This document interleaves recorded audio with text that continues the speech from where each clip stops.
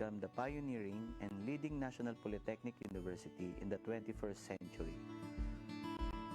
With a national polytechnic university status, it will bring more opportunities for the university to further strengthen its academic programs and improve organizational performance as an institution for higher education. In pursuit for this vision, my mission for PUP is for it to recognize its catalytic role for national development. PUP will ensure inclusive and equitable quality education and promote lifelong learning opportunities through a re-engineered polytechnic education. By re-engineering, we look into the existing processes and programs in order to achieve higher quality of academic programs and services following the principles of effectiveness and efficiency. With this mission in mind, I have formulated 10 pillars as my reform agenda for the university. Pillar 1. Dynamic, transformational, and responsible leadership.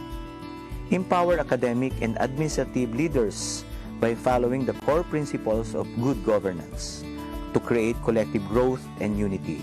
Here I would like to highlight an innovation by introducing the development of an integrity management plan to assess, plan, and implement anti-corruption strategies that will secure the institution against corruption and abuse. Likewise, asset management and resource generation will be aggressively pursued to ensure productivity and finance the implementation of the plans and projects for the university.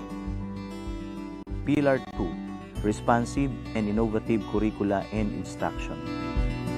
We aim to provide world-class polytechnic education that responds to national and global needs by developing intellectually challenging curricula and design academic programs that are based on industry demands to provide the learners with adequate and relevant competencies and skills and prepare them for a successful and rewarding careers.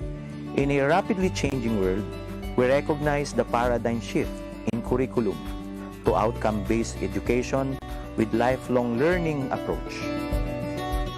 Pillar 2 also sits on the framework of internationalization of Philippine higher education through transnational education by promoting academic mobility among faculty and students and global dimension into the curricula and teaching process.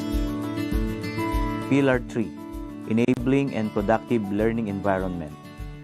Following education in Industry 4.0, we aim to increase and enhance the use of new technology to enable student learning and engagement, as well as advanced teaching process and methodology through new and state-of-the-art facilities that will support the overall learning and teaching experience in the university.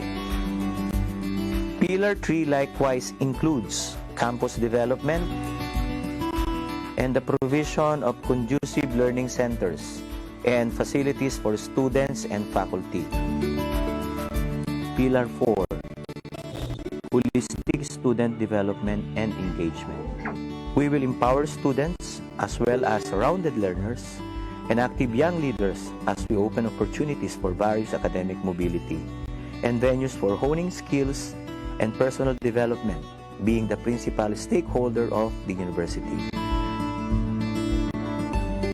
Recognize academic freedom as a form of self-expression and a platform to showcase students' intellect, skills, and creativity.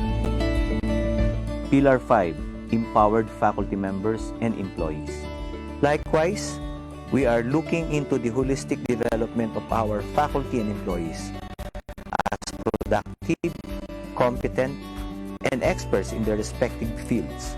We will encourage our faculty roster through formal education, capacity building, research and extension initiatives, faculty immersion, and other academic engagements, both local and abroad. We will ensure that both our faculty and employees will have a vibrant career development path as public servants in this state university. Pillar 6. Vigorous research production, and utilization. We will continue to strengthen the research culture in the university by promoting discovery and innovation through increasing disciplinary and collaborative research integration across academic disciplines to create new knowledge, utilize research findings, and develop innovative products. Pillar 7. Global Academic Standards and Excellence. Achieve the highest levels of recognition in quality and compliance standards from CHED, AACUP, and other international accrediting and regulatory bodies for higher education. We will intensify our efforts to achieve and sustain better academic performance and continue to excel as a top-performing school in various professional licensure examinations and produce board top-notchers as well as sustain our status of being the most preferred graduates of employers. Likewise, we aim to establish and to be recognized as centers of development and excellence in our academic programs. Pillar 8. Synergistic, productive strategic networks and partnerships.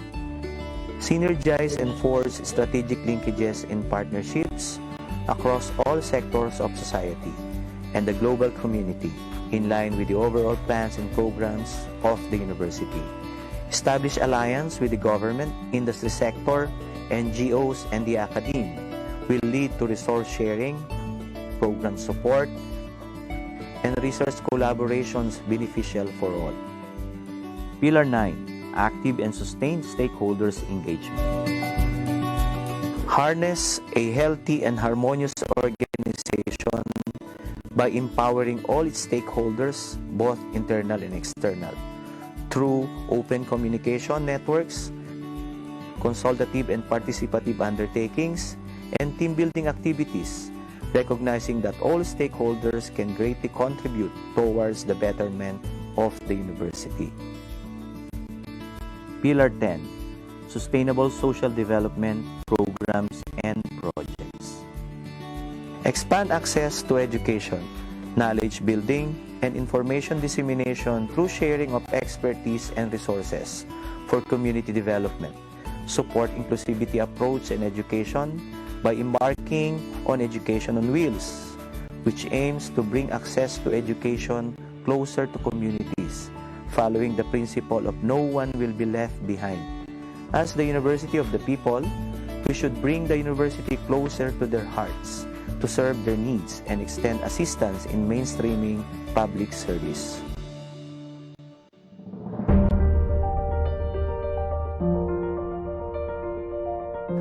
Our institution must continue to stand as one for the values that we have inculcated. For the past 115 years, we have exemplified our quest for truth, excellence, equity, relevance, effectiveness, integrity, and academic freedom.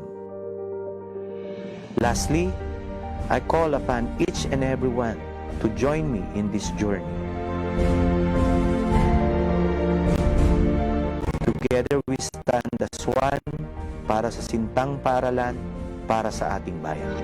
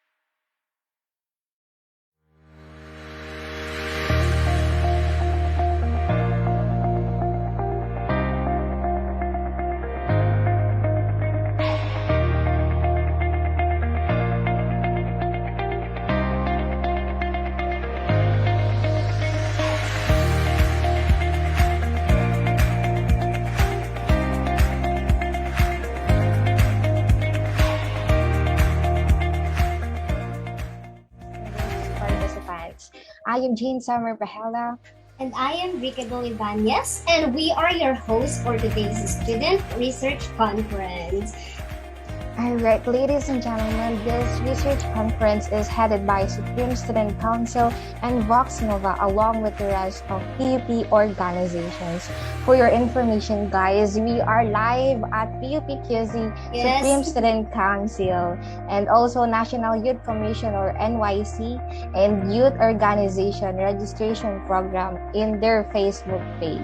Yes, but before we start, guys, we are highly encouraging you to open your cameras if you can and use our virtual background. We will send it in the chat box, okay? All right. By the way, we just wanted to inform you that it is our pleasure to welcome you all in our first virtual student research conference with the team Project Create, cultivating a culture of research engagements among students towards data-driven academic endeavors. Okay. This Project Create, it upholds a general concept of media literacy and enabling a research-friendly academic community. Now, let's begin this conference with invocation and to be followed by our national anthem.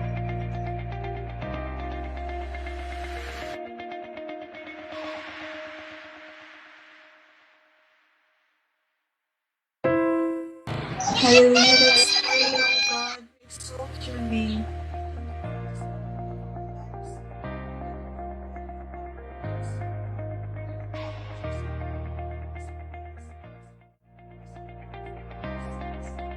We come to you with a clean heart.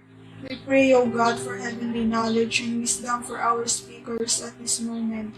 We also pray for the success of our event through your guidance, O God, including everyone's health and safety. We pray that you may cover us with your precious blood, knowing that we can't do anything without you, O Lord. We also ask that this program will serve as an avenue to foster camaraderie and respect among students and other stakeholders. May the efforts of everyone be blessed with understanding, wisdom, and good insights, and ultimately, may your peace, love, and guidance be upon us. In Jesus' name, amen. أعوذ بالله من الشيطان الرجيم بسم الله الرحمن الرحيم الحمد لله رب العالمين الرحمن الرحيم مالك يوم الدين إياك نعبد وإياك نستعين اهدنا الصراط المستقيم صراط الذين أنعمت عليهم غير المغضوب عليهم ولا الضالين.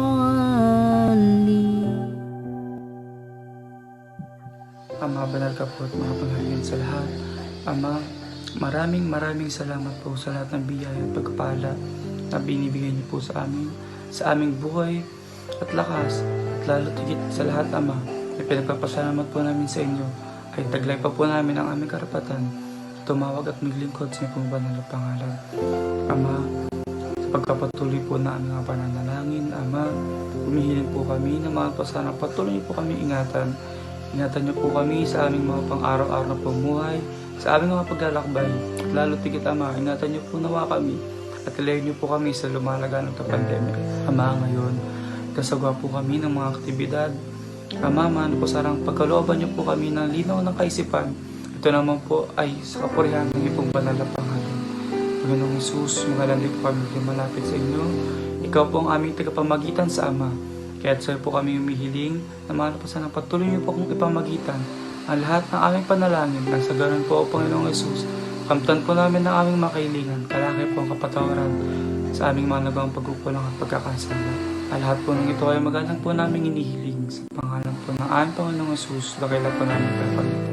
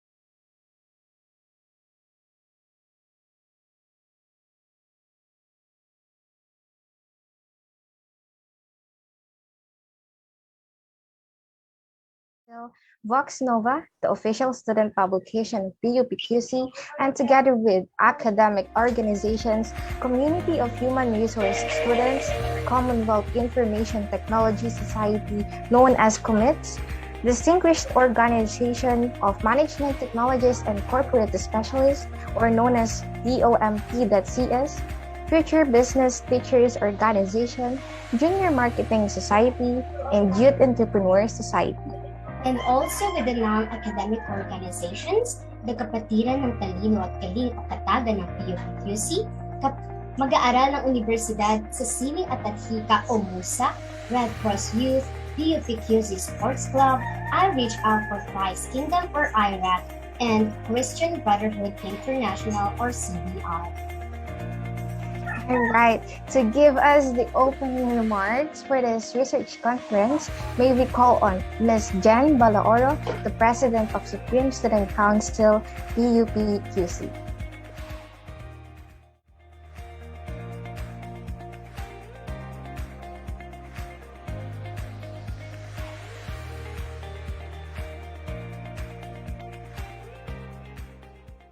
To all of us, to our participants here in Zoom, and from PUP Quezon City and other branches and satellite campuses of Polytechnic University of the Philippines, as well as from other universities or colleges in the country who are watching us from our Facebook Live.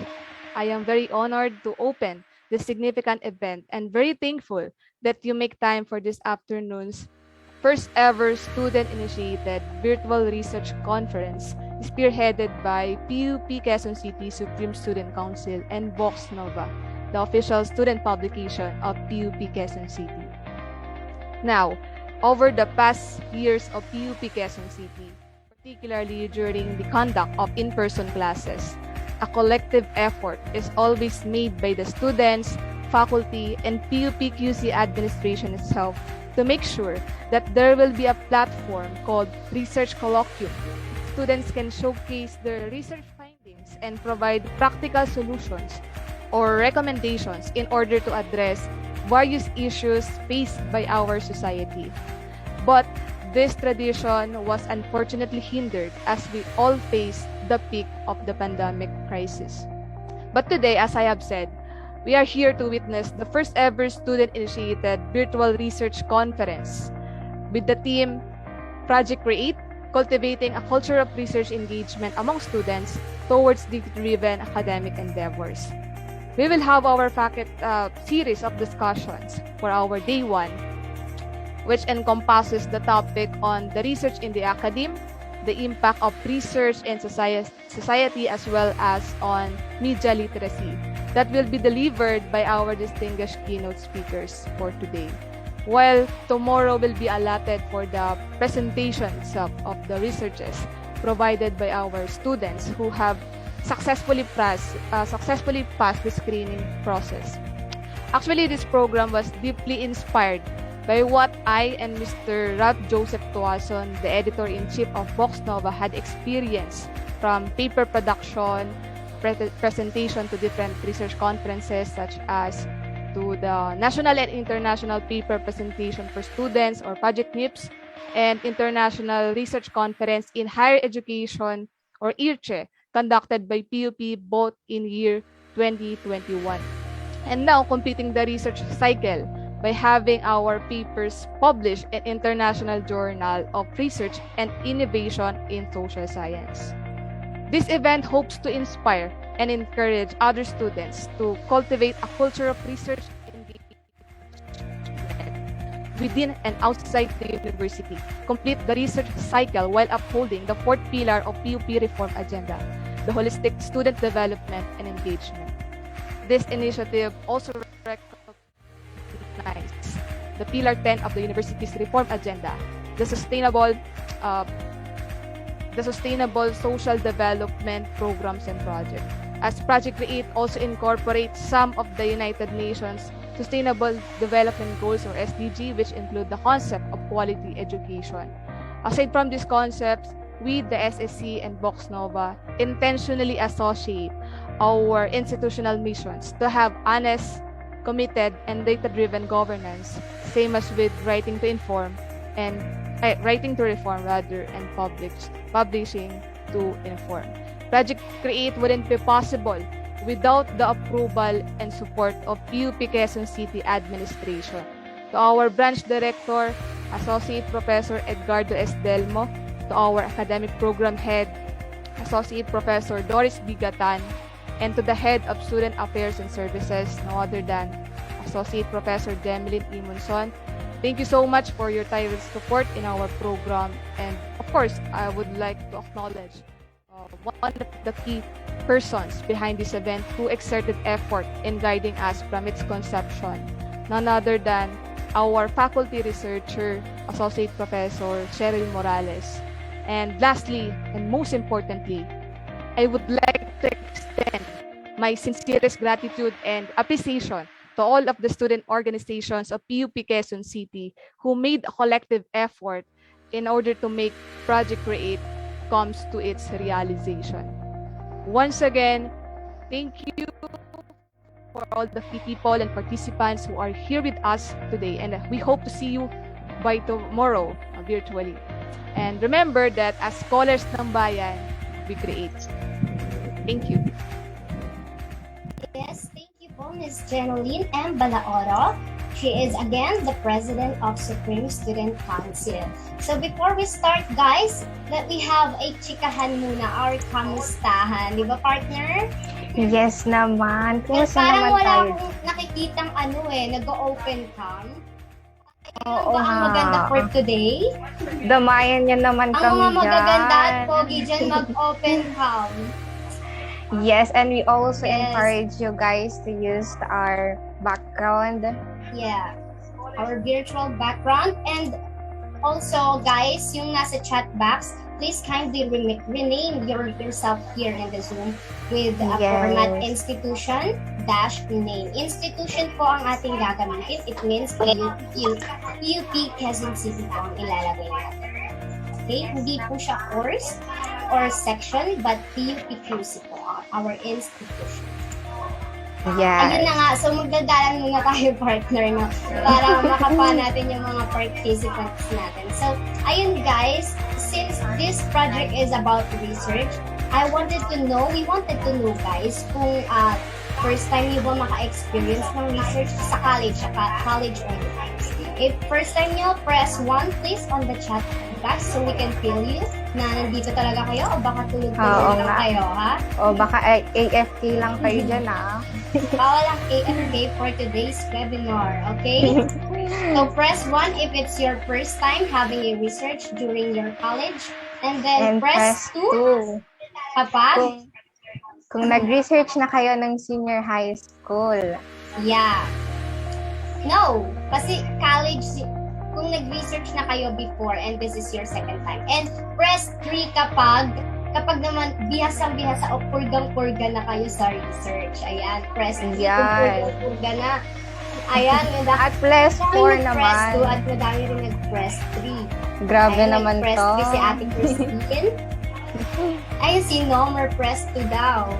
By the way, syempre mayroon Press pang mga 1.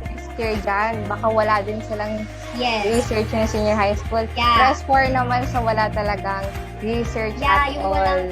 walang ka-idea ba't nandito sila to learn, di ba? Oo. Promise kayo, it will be very helpful for you guys.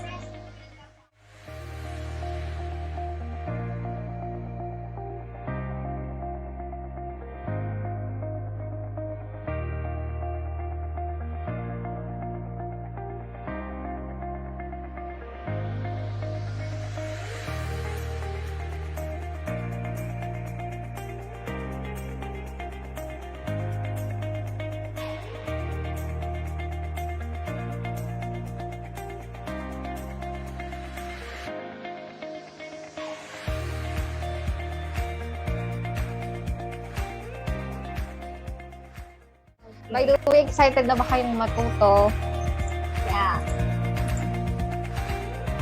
Ako'y excited na. Okay, so I guess we can proceed now with our introduction with our keynote speaker 1. Yes. Okay. So, guys, since nasabi niyo na meron kayo mga research, and I think lahat dito ay naka-experience na ng research, no? Or may mga first-timers pero sa college lang, no? So, i-further explain yan ng ating first speaker, okay? So, are you ready ba, guys? So, bawal lang hindi ready for today's webinar, kaya mga bebs, stay tuned as our speaker.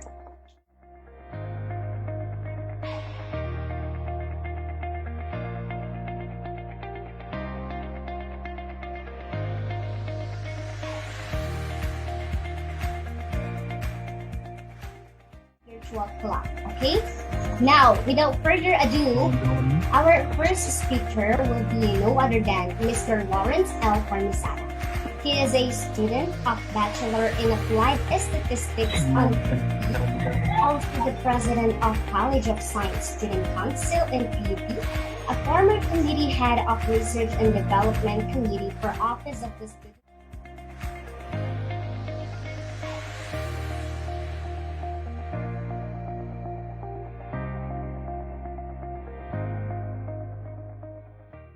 He will be tackling the topic research in the academia. Again, let us all welcome Mr. Lawrence L. Parmisana. Sir Lawrence? Hello, do you all hear me right now? Yes, sir. Welcome. Am I audible? Okay, good to hear. audible. Thank you, Ricadel and Jane. So, hello everyone.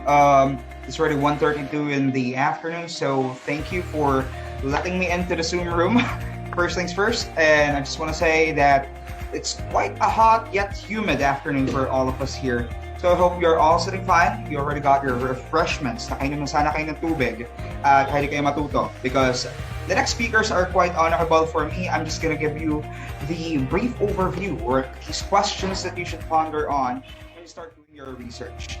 So if you don't mind, can I already present my screen here? Since I have two screens and I'll share my first screen. Okay. Screen 1. Okay. So, para sa mga estudyante natin dito that medyo kinakabahan dahil sa research subject nila na hindi nila alam kung anong gagawin nila on the next step, how to do things.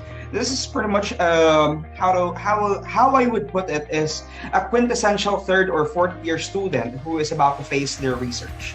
So, welcome to my simple yet it's like around 6-7 pages presentation of research in the academia. Yet we are going to talk about a lot of things. So, as we all say, this is fine. But before I do so, my name is Lawrence Parmisana, and you have heard my previous positions in the past, and I am also a working student who has taken a deep interest into understanding science and hopefully pursue it further if ever things go well for me. And on that matter, I have worked with several people and I see the difference between working in school and parts of organizations, whether you be a student council member, whether you be someone who is just active in any activity at school. At the same time, I see the difference and the similarities between working in private sector and the government. At the end of the day, when we conduct our research, it's just a condensed yet comprehensive presentation of our knowledge onto a specific field that we have chosen to tackle, an area of interest. And if you think brevity is a word that you can use after this presentation, because I've mentioned it's already 6-7 pages, I would say that you are going to be wrong on that. One thing is that, let's go to the second page. So, hold on. Okay. First, let's answer the question, what does it mean to, I have my notes, clearly. Mahaba yan for everyone. So what does it mean to do research as an undergraduate student? Now, in the context of PUP itself and understanding the demographic of students that we have in this university system-wide, and we have to factor in that we are a state university, yet it shouldn't limit us into limiting our worldview. We have the internet now, we have our resources in school. So the availability of resources and factoring in material conditions changes the context if you are a student researcher in PUP. Also, at the same time, if you're conducting your thesis it's an academic requirement. So there are different perspectives onto academic research. So we would tackle that into the next slide. But let's try to answer, and I do hope I could see some chats here. Hold on, I'm gonna pull up the chat. So if anyone is able to answer, that would be really great. But for you, what does it mean to do research as an undergraduate student? So I do hope to see responses later on so that we could have some interactive session here. And next here is that in regards to how we conduct it, yes, we enroll to maybe second semester, third year, or the complete fourth year based on your course. You are going to be overwhelmed on what to do, who you're going to work with. It's like being thrusted onto a world that you may have done before as group projects and all of that, but it's going to be really comprehensive and quite hard to work with.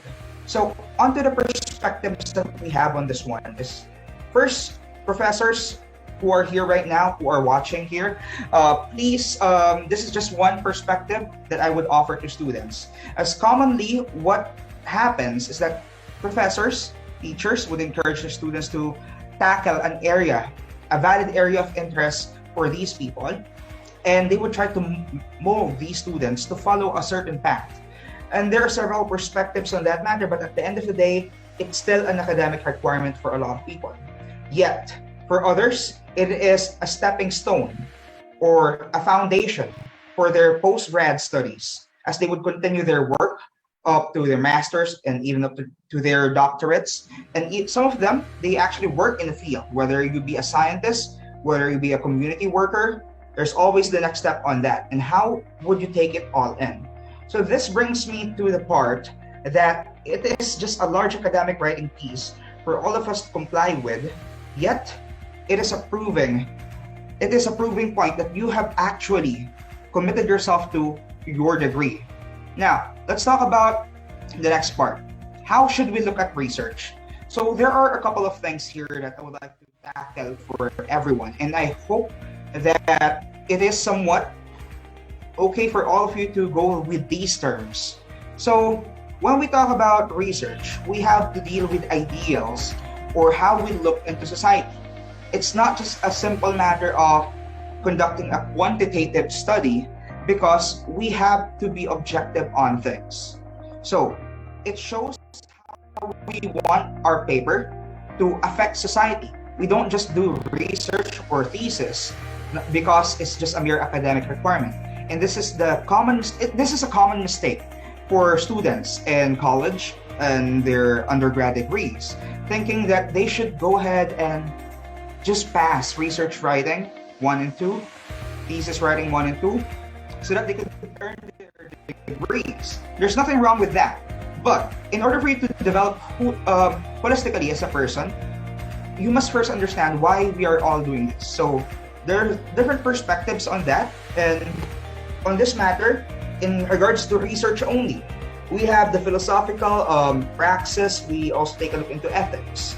So when we conduct philosophical research studies, it mostly deals with how we perceive our world, how we look onto things and try to rationalize it. Then we also conduct praxis. These are studies based on design. We have methodologies, practices, theory that we apply it to. And these are things that is quite common. These are research that are quite common here in PUP. So this would be quantitative, qualitative studies at times. And sometimes there's the mixed method research that is also applied by different courses. Then for ethics, these would be more onto the humanities side. So they try to explain the values, ethics, and reflexivity of matters in the world, how we conduct ourselves in society, and how we perceive others. So it's quite technical in that aspect, but how do we go through at looking at research? To simplify the point, look at it not just as an academic requirement, but something that can affect the person next to you, the person down the street, the person that you are interacting with online, your professor, your department head, even your own parents. How does it affect all these people around you? And that's where you find your rationale. That's where you find your purpose in fully committing yourself into the idea, to your hypothesis. at your paper. So on to the next part, and I think I'm running out of time on this one. So how should we strive to fulfill our academic duties and learn at the same time? With the points that I've stated earlier, okay, we are learning. It's a culmination of our 2 to 4 years in college. If you are a regular student like me, who is currently on my 5th and going 6th year next semester, it means that everything that I've learned throughout my stay in PUP, I will dedicate all of that into my paper.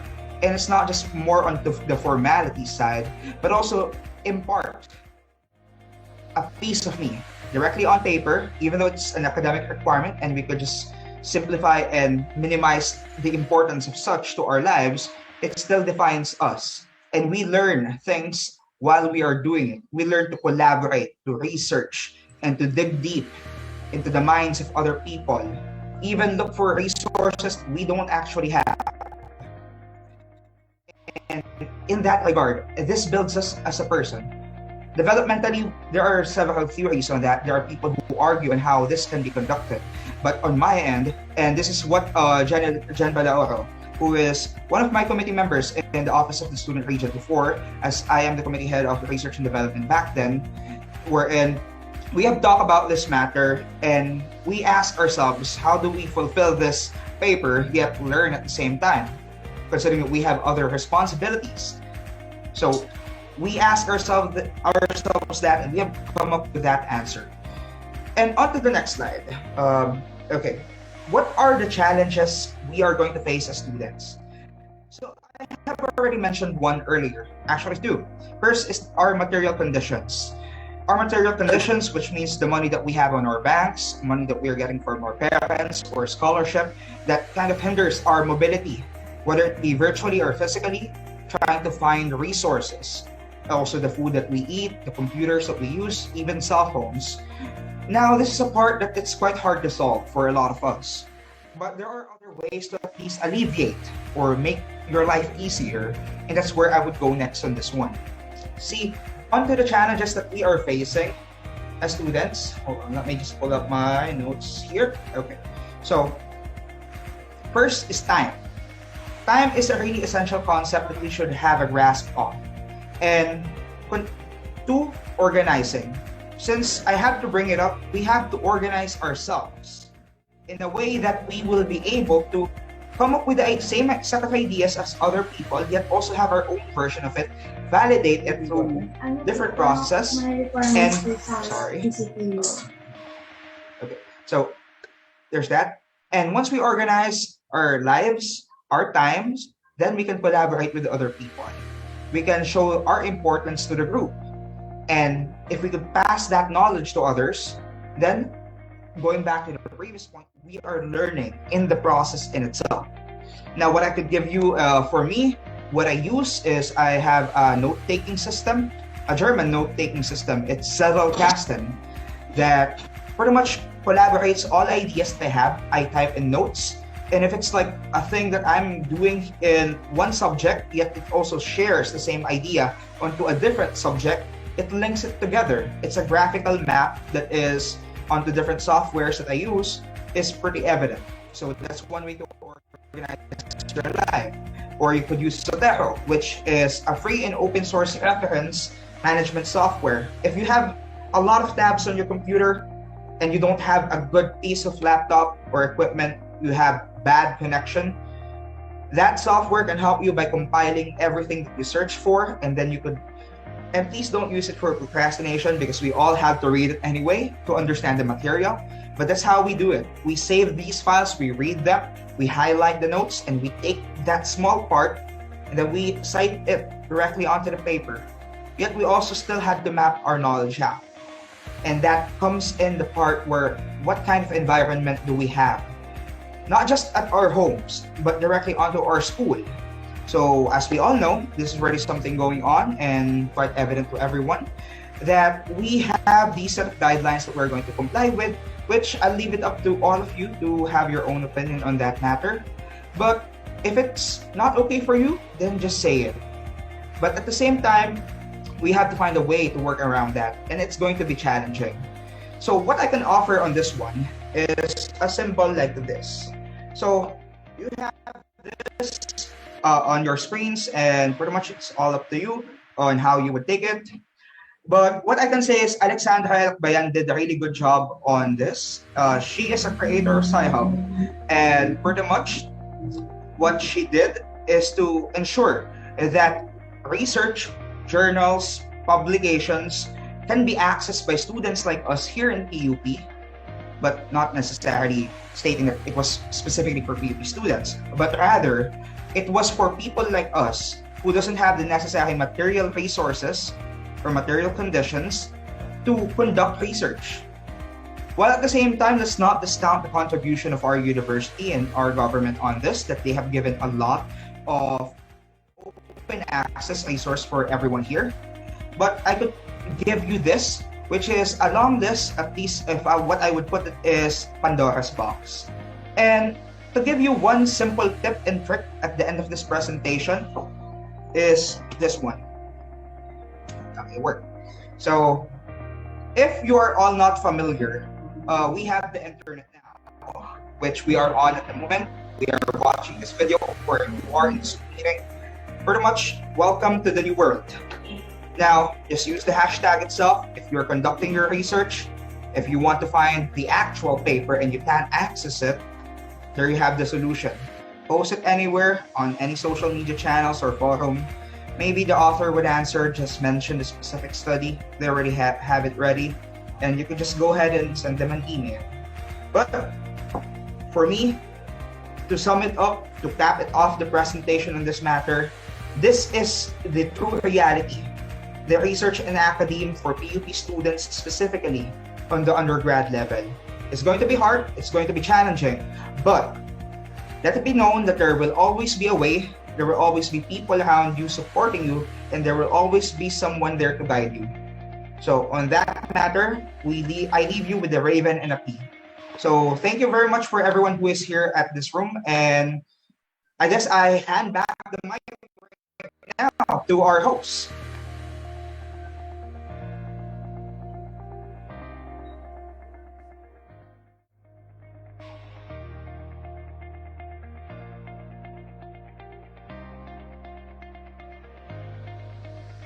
And Yes. partner, grabe.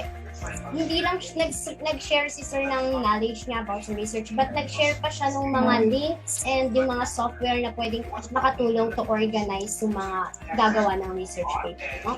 I think that would be Yes. very helpful to every Sobrang student helpful here, niya sir. talaga. Thank you po. Thank you po, Sir Lawrence. That is Yes. really helpful. Especially para sa amin mga college at mga third year college and fourth year college. Sila talaga yung sobrang kailangan ng payo niya. Thank you so much, Sir Especially Juan. ngayong online class, di ba, partner, na Yes. medyo mahirap matuto or mag-self-learn minsan kapag kailangan, di ba? And yung mga software na binigay ni Sir, sobrang helpful yan. At lalo na ngayon ay online din tayo gumagawa ng research. Online tayo nag-uusap, gano'n, di ba? Lahat Sobrang helpful online ng na. software na yan. And ayun, thank you din po, Sir, sa pag-explain ng mga challenges na ating nakakaharap and kung paano natin masusolusyonan yun ng mas maayos. Di ba po? So, I think, guys, ready na tayo sa ate? Alright, so yes, at this juncture, we will go ahead now and take some time for questions. So please engage with us by typing your questions in the chat box or in the comment section of our FB Live. Yes. Ang Alright. hindi magtanong, ibig sabihin, kapano nila yung research, no? True. Wala ba kayong tanong dyan? By the way, ikaw partner, anong pinaka-striking part sa talk ni Sir Lawrence? Akin, yung challenge na sinabi ni Sir, firstly is yung time. Yung time talaga. Oo, talaga. Because I experienced, partner, when I was on grade 11.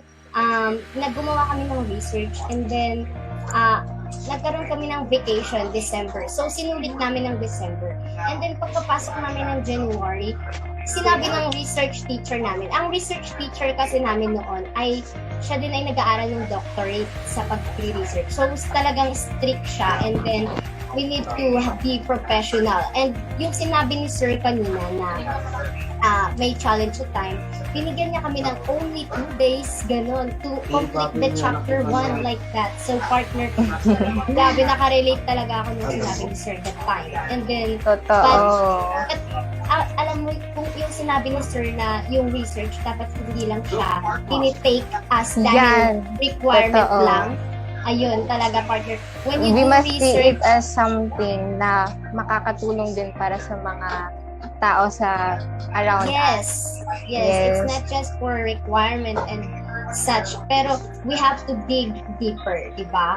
Yes. Alam mo, partner, isa din sa striking part sa akin is that, sabi ni Sir Lawrence, we had to impart piece of ourselves para ma-define natin yung sarili natin at mas mabibuild pa natin yung sarili natin as a person. And that's really striking na, hindi lang talaga dapat ginagawa ang research para requirements, kundi para din sa sarili natin, di ba? Yes. True yan. So, may mga questions na po ba tayo dyan? As of the moment, partner, wala pa akong nakita. Guys, huwag kayong mahiya magtanong because I know Mr. Lawrence would be grateful kung meron kayong mga clarification and questions. True. Feeling ko, sobrang gagaling na ng mga participants natin ngayon. Hindi na nila Ayaw kailangan. nila magtanong. Alright, so as of the moment, it looks like we had covered all the questions since I'm not yet seeing any questions anymore. So let's count from 1 to 10. Yes. There's no question ba? Siguro let's ask Sir na lang. Sir, what can you say po or your last word po siguro sa amin? Sa mga college student Advice po. niyo po And sa in amin. this online session po na kinakaharap po namin and ngayon po na pandemic pa and hindi lang po academic yung sumasabay, marami pong naging working student and such.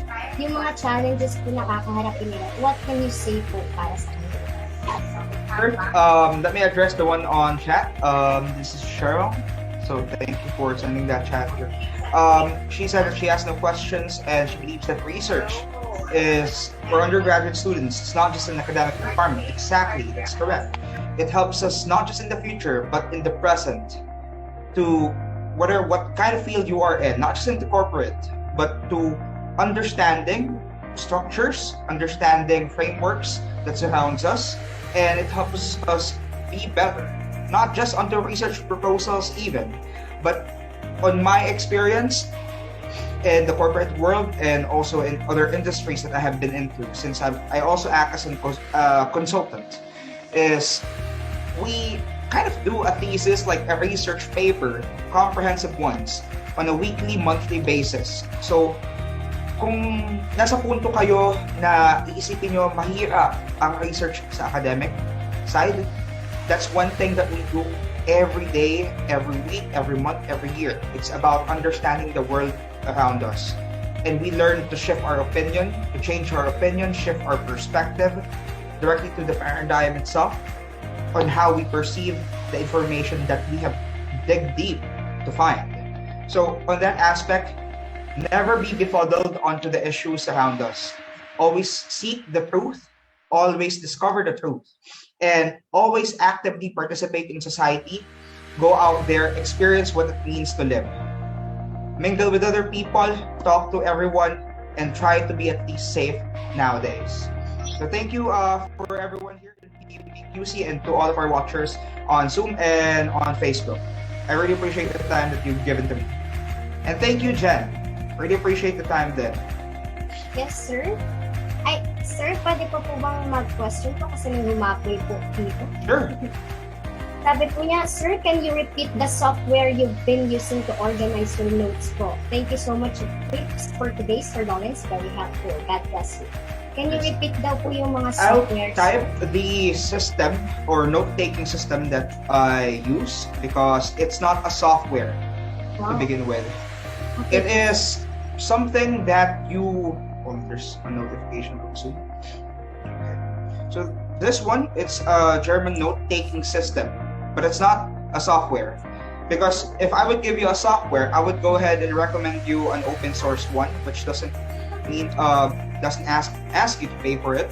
Obsidian.md. It's an open source software that requires a little bit of knowing how to actually open a text file, so Notepad.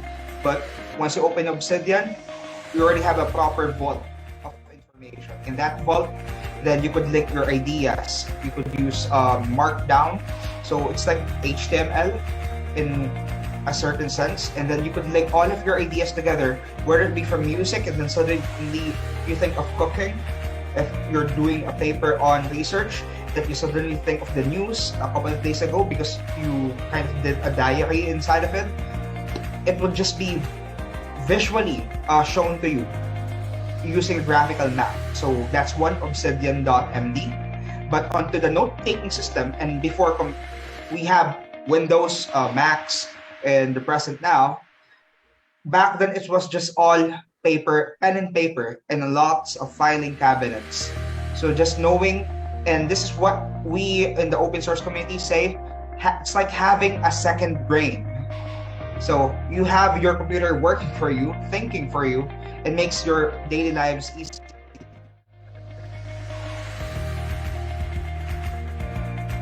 Again, thank you for so last Alright, week and po thank you so from much po. Adrian. I think Yes, from Live from Siguro. Adrian. Yes. What can you advise to those students who are having their action research this semester?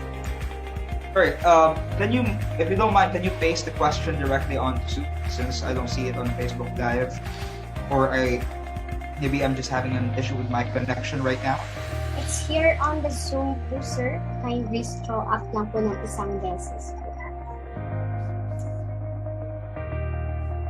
I don't see it. Maybe it's onto the end ng host yata. Ayan. Okay, I see it now. Action research this semester. What I could advise, first, settle your personal matters. That's number one. You really can't start conducting your research if you're not in the proper mindset. If something's bothering you, if you are not okay, it will certainly affect how you perceive, how you receive, and how you perceive the information that you would research, that you would look for. Even if you have a rough outline of what you want to happen, we, as much as possible, we try to be objective when we conduct our research. That's number one. Try to settle our personal matters. Number two is that, as I mentioned earlier, time management. It's going to be hard, as I mentioned. You're going to read a lot of papers. Sometimes it won't even make sense to you. But you really have to settle time for that. That means if you have to play Mobile Legends, Dota, or League of Legends to be okay, then settle that first onto your schedule on a definitive set of time and cap it off. Learn how to organize your day. Third, take breaks. That's number one. Our professor here at the main campus, Sir Lohan Sasona, has given us an advice way back in 2018. What he said is, it is quite useless for you to study this specific lesson if your brain is hasn't rested for quite a while. So if, as I mentioned earlier, let's say you study for an hour or you've read a couple of journals, articles, take a break.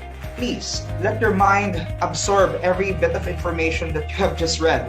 It's not all going to sink in one go. Even the smartest person in the world, the smartest group of people, still do have to take breaks.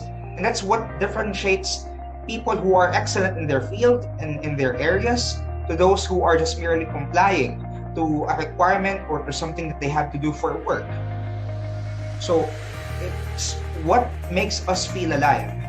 And you cannot do a paper without feeling alive, without feeling okay, and without settling matters on your end. Or else your group mates will suffer, right? So at the same time, talk to each other. That's the last piece of advice that I could put into that group of information. Talk to your group mates, talk to friends, talk to your professors. Be open with your communication to them. And that in itself will help you build your paper. It would come naturally to you. It's just a sharing of ideas, and collaboration is the key on this one. So thank you, Adrian, for asking that question. Thank you, sir. Once again, sir, thank you so much for having us now. It is our pleasure to have you. So it looks like we had already covered all the questions from our participants. So let's proceed now with the awarding of the certificates. Okay, let me read to you the certificate. Republic of the Philippines, Polytechnic University of the Philippines, Quezon City Branch. This certificate of recognition is hereby awarded to Mr. Lawrence L. Parmisana for imparting invaluable passion for innovation, knowledge, and development as keynote speaker for the discussion research in the academic.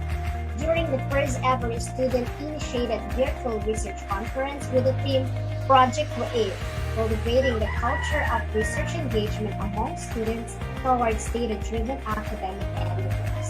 Given this 11th of April 2022 at the Polytechnic University of the Philippines, Quezon City Branch, held via Zoom platform and Facebook Live. This certificate is signed by Ms. Jeneline Balaoro, the chair of the Project Create 2022, and the president of PUP Quezon City Supreme Student Council. Mr. Ralph Joseph Quazin, the co-chair of the Project Create 2022, and the editor-in-chief of Vox Nova, and the associate professor Demeline E. Monson, the head of Office of the Student Affairs and Services, and lastly, the associate professor Edgardo S. Delmo, the director of the Polytechnic University of the Philippines, Quezon City Branch. So thank you so much again, sir, and congratulations for today's discussion. Thank you, Ren, and thank you for everyone. Thank you so much po, sir. And by the way, let's proceed now with the photo opportunity. So we are requesting everyone to open their cameras. Yes, please open your cameras.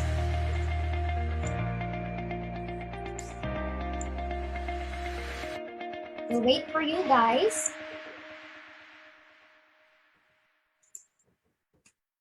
Ipakita naman natin ang ating mga smile kay Sir Lawrence. Yes, huwag na kayong mahiya. Tayo lang nandito.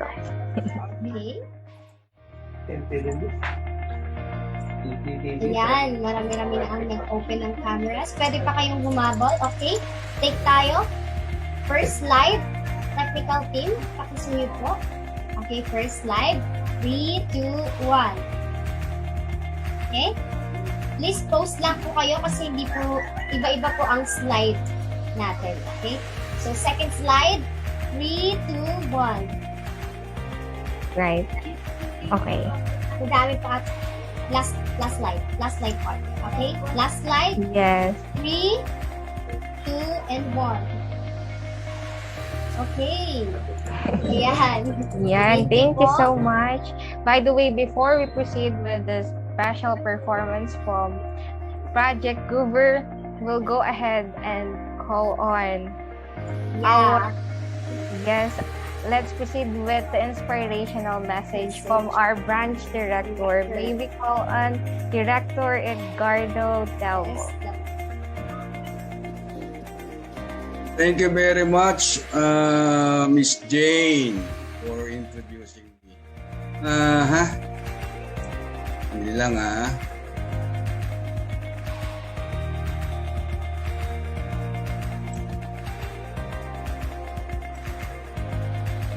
Okay. To our resource speakers, especially to our first speaker, Mr. Lawrence Parmisana, and to our two other speakers, will be introduced later. Will be introduced properly later. To all faculty members present, especially to Ma'am Cheryl Morales, our faculty researcher. To my sons and daughters of PUP Quezon City Branch, I believe we have some students from PUP Unisan Quezon. To all our students in our Sintang Paaralan, ladies and gentlemen, good afternoon. First of all, I'd like to ask my apology for being late because I still have another Zoom meeting that is ongoing right now. Of course, I'd like to extend my appreciation to Sir Lawrence. Sir Lawrence, thank you very much for the very wonderful knowledge that you shared with our students. Actually, this activity is very timely because research now is not only one of the students' courses, but also part of the duties and responsibilities of all the faculty members in PUP. In short, it becomes part of the whole university culture. Research would not be called research if we knew what we were doing. Would it? I believe everybody will agree with me. There can be no action without research, and there can be no research without action. Research requires seeing things that no one else has seen and thinking about things that no one else has thought. Research helps to institutionalize curiosity. It is deliberate, prodding, and poking. As a result of research, it is newly developed knowledge. I feel that understanding the principle is the best way to innovate.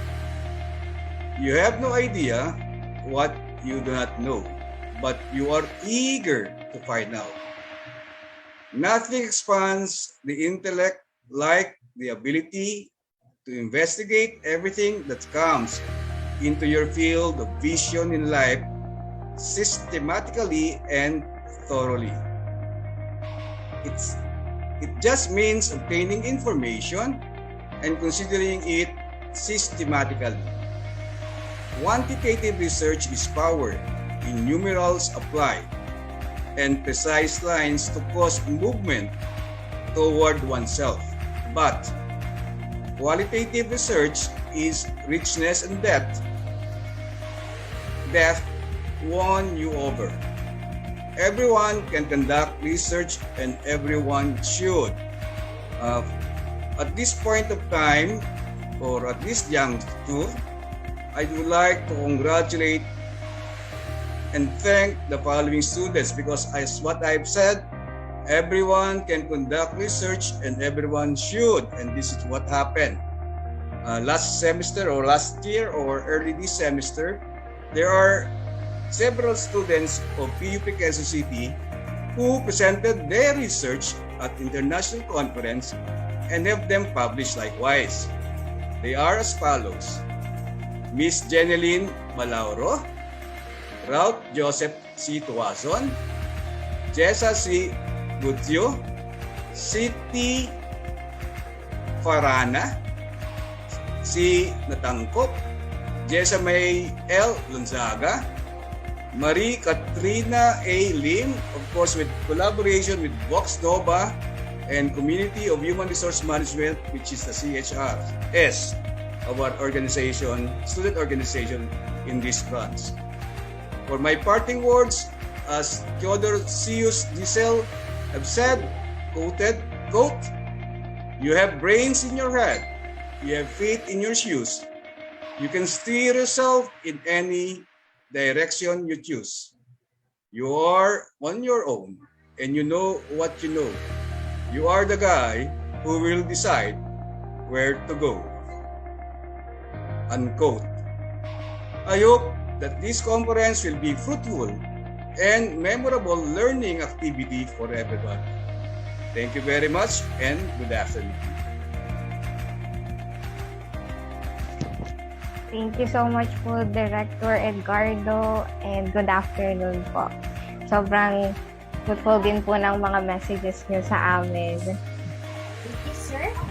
So guys, before we proceed with the next speaker, we would like to present to you the performance from Project Winners. Tech team.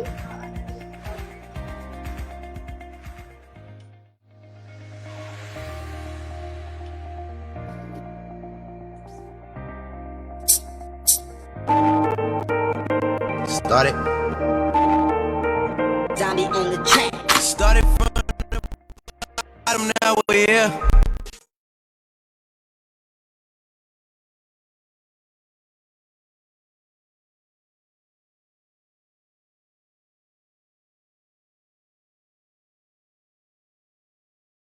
It on my own. Working all night, traffic on the way home, and my uncle calling me like, where you at? Want you to make me feel like I'm the only girl in the world.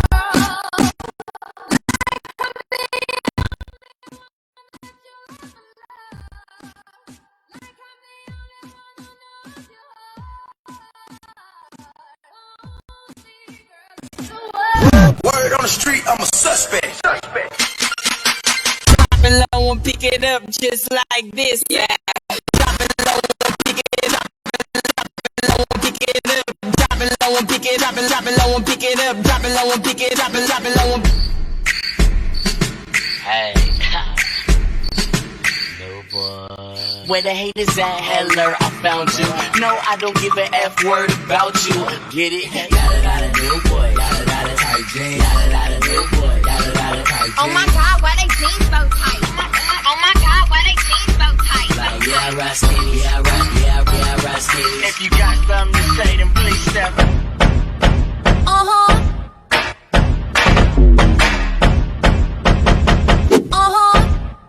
All the girls that feel like this. You just they feel like round, like round, like round, like round, like round, like round, like round, like round, like round, like round, they feel like this.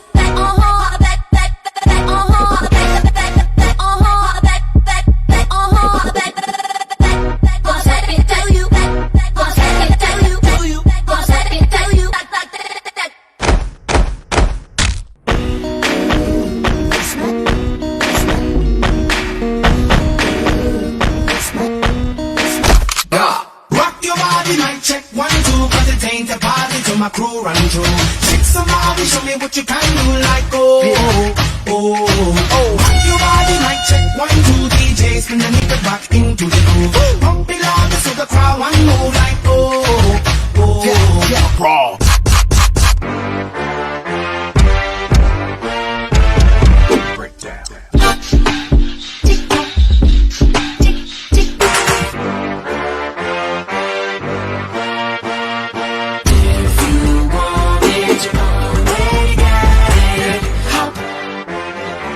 Tick tock, tick tock. Breakdown.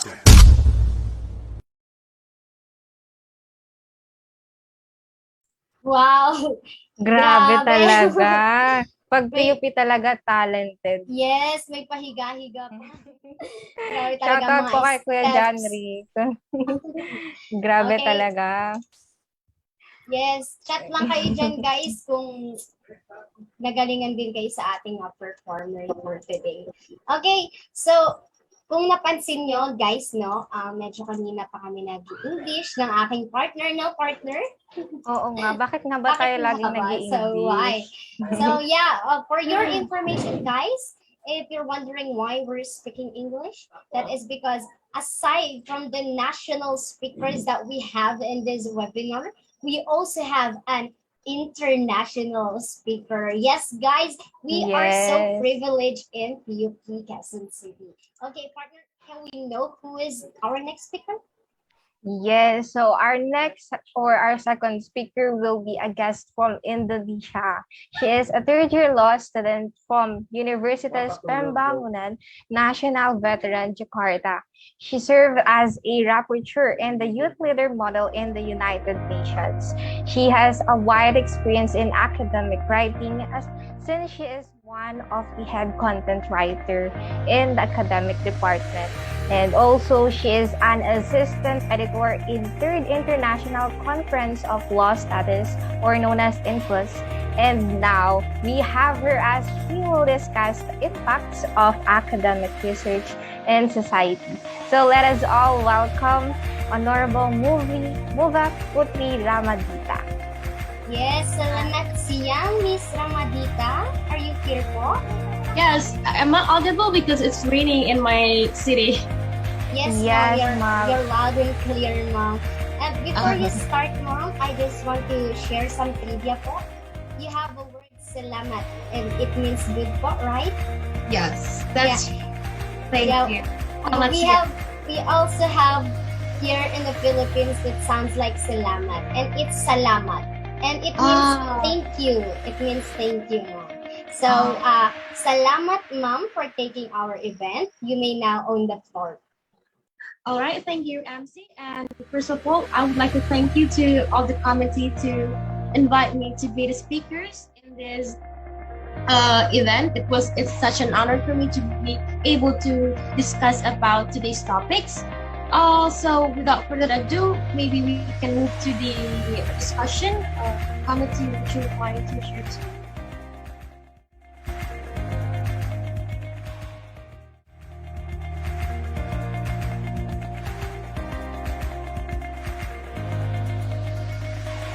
All right.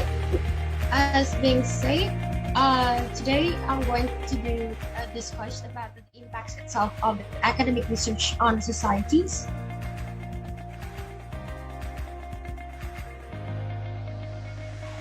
So, in this presentation, there's only going to be like 8 slides, and I'm going to discuss about the definition and how the academic research impact the societies.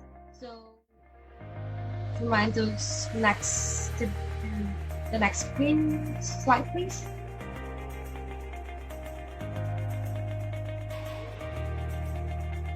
Next slide, okay, thank you. Okay, first of all, before we move to the main session, we're going to discuss about the definition itself about the academic research. We need to have the same direction about what is academic research itself. So, academic research is a systematic investigation into a problem or situation that the researcher have an intention to identify the facts and or opinion that surely able to assist the societies or the researcher itself to solve the problems and dealing with the situations. As being mentioned, so it's basically find the answer to a question and solve a problems. This research could be anything about science, humanities, politics, any other type of knowledge about how we observe people, examining new technology, discovering new methods about agriculture, and many more. So next slide. All right, the second, so I'm just going to discuss a slight information about the historical background about the academic research itself. So based on Wellman and Piper, basically centuries old tradition ago, the academic research or the research itself, it's used to publish knowledge, making new knowledge, make invention of new knowledge that able to provide objective and measurable standard for the institution of performance, or let's say the societies itself. So next slide. All right. Next is the type of academic research. So there's like 3 types. The first is facts, opinion, and facts and opinions. So facts, the academic research that using facts is usually using a numeric data, a number, or a quantitative data that usually used in the scientific research. We also can find this in social and humanities academic research. For example, by comparing a theory and facts that happen in societies, or find the statistics regarding an issue that being discussed by the researcher itself. Next one is the opinion. Different from the academic research that using facts, this research usually uses in the social and humanities research. Well, mostly in this research that usually we use the comparison of theories or find answer through interviews, and let's say like comparison of theories. Like there are a lot of people, professor, we compare the theories with other theories and make conclusion regarding those theories itself. And we can barely find this like research that using opinion in the scientific research because they usually using facts like numbers and stuffs. Lastly is the research that using facts and also opinion. Well, in this research, we use the combination of both facts and opinion. And please note that this research cannot be recognized as the best research method because why? All research are still research. All research are supposed to find answers, and whether just using facts, opinion, or both of them.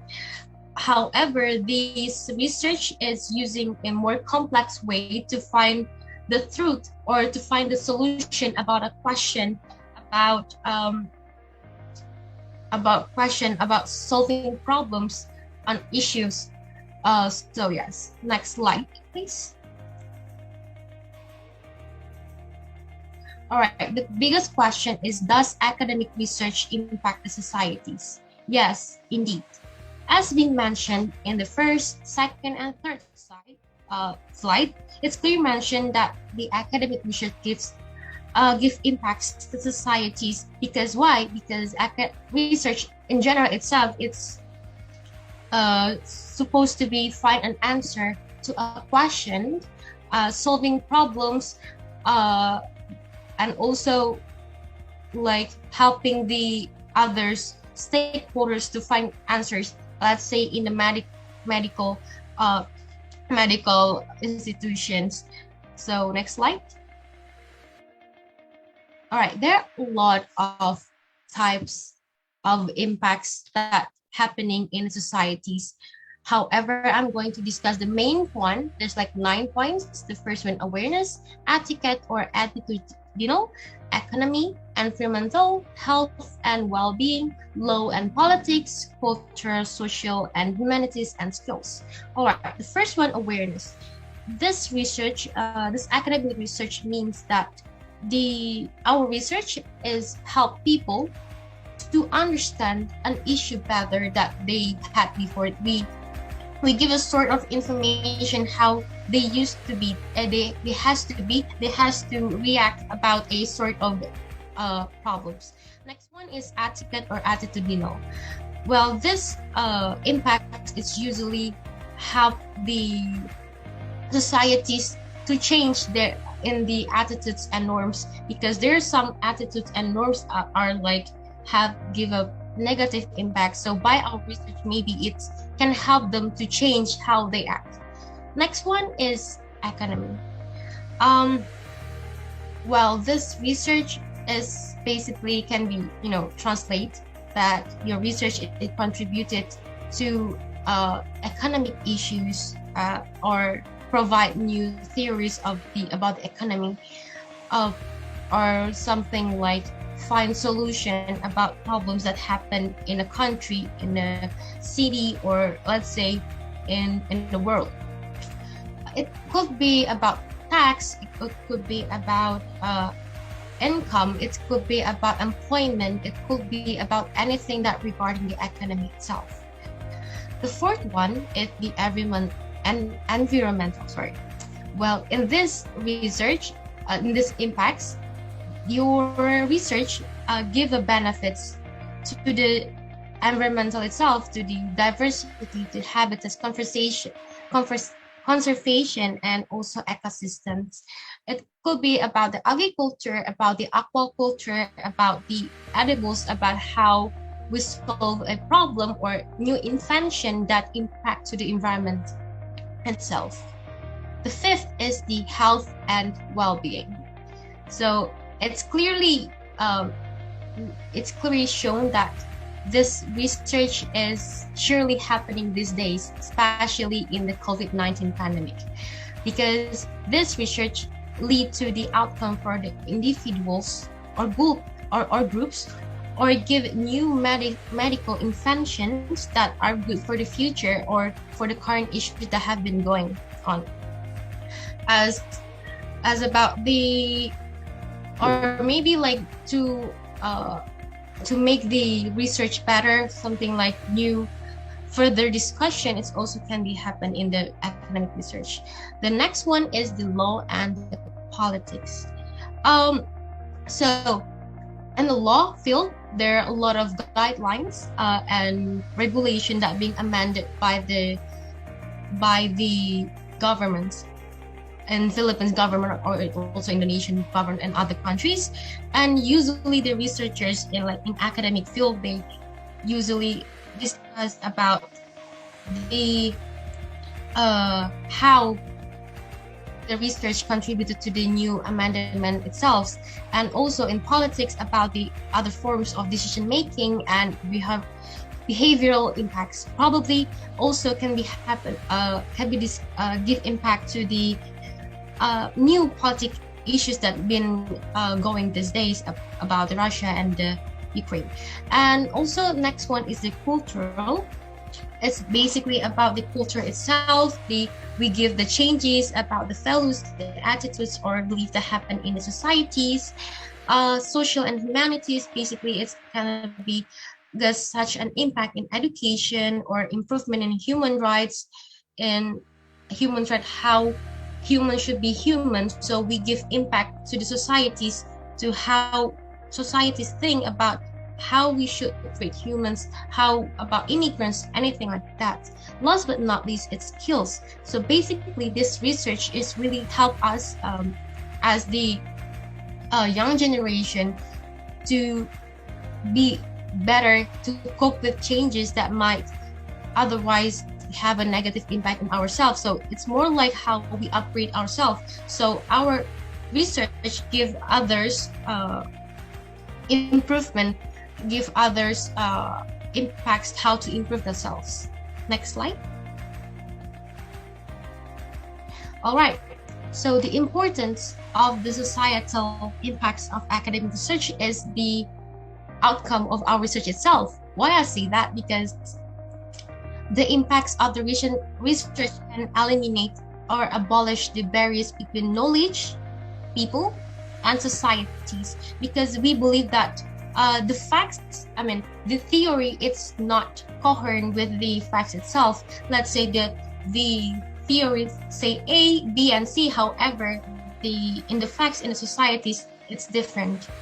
And if we reduce these barriers in the societies, it can apply to give changes to the real world, to the societies itself. We will be much better to be in a position to grant a challenge to face the world today. And societies are getting better and better each day. Next slide.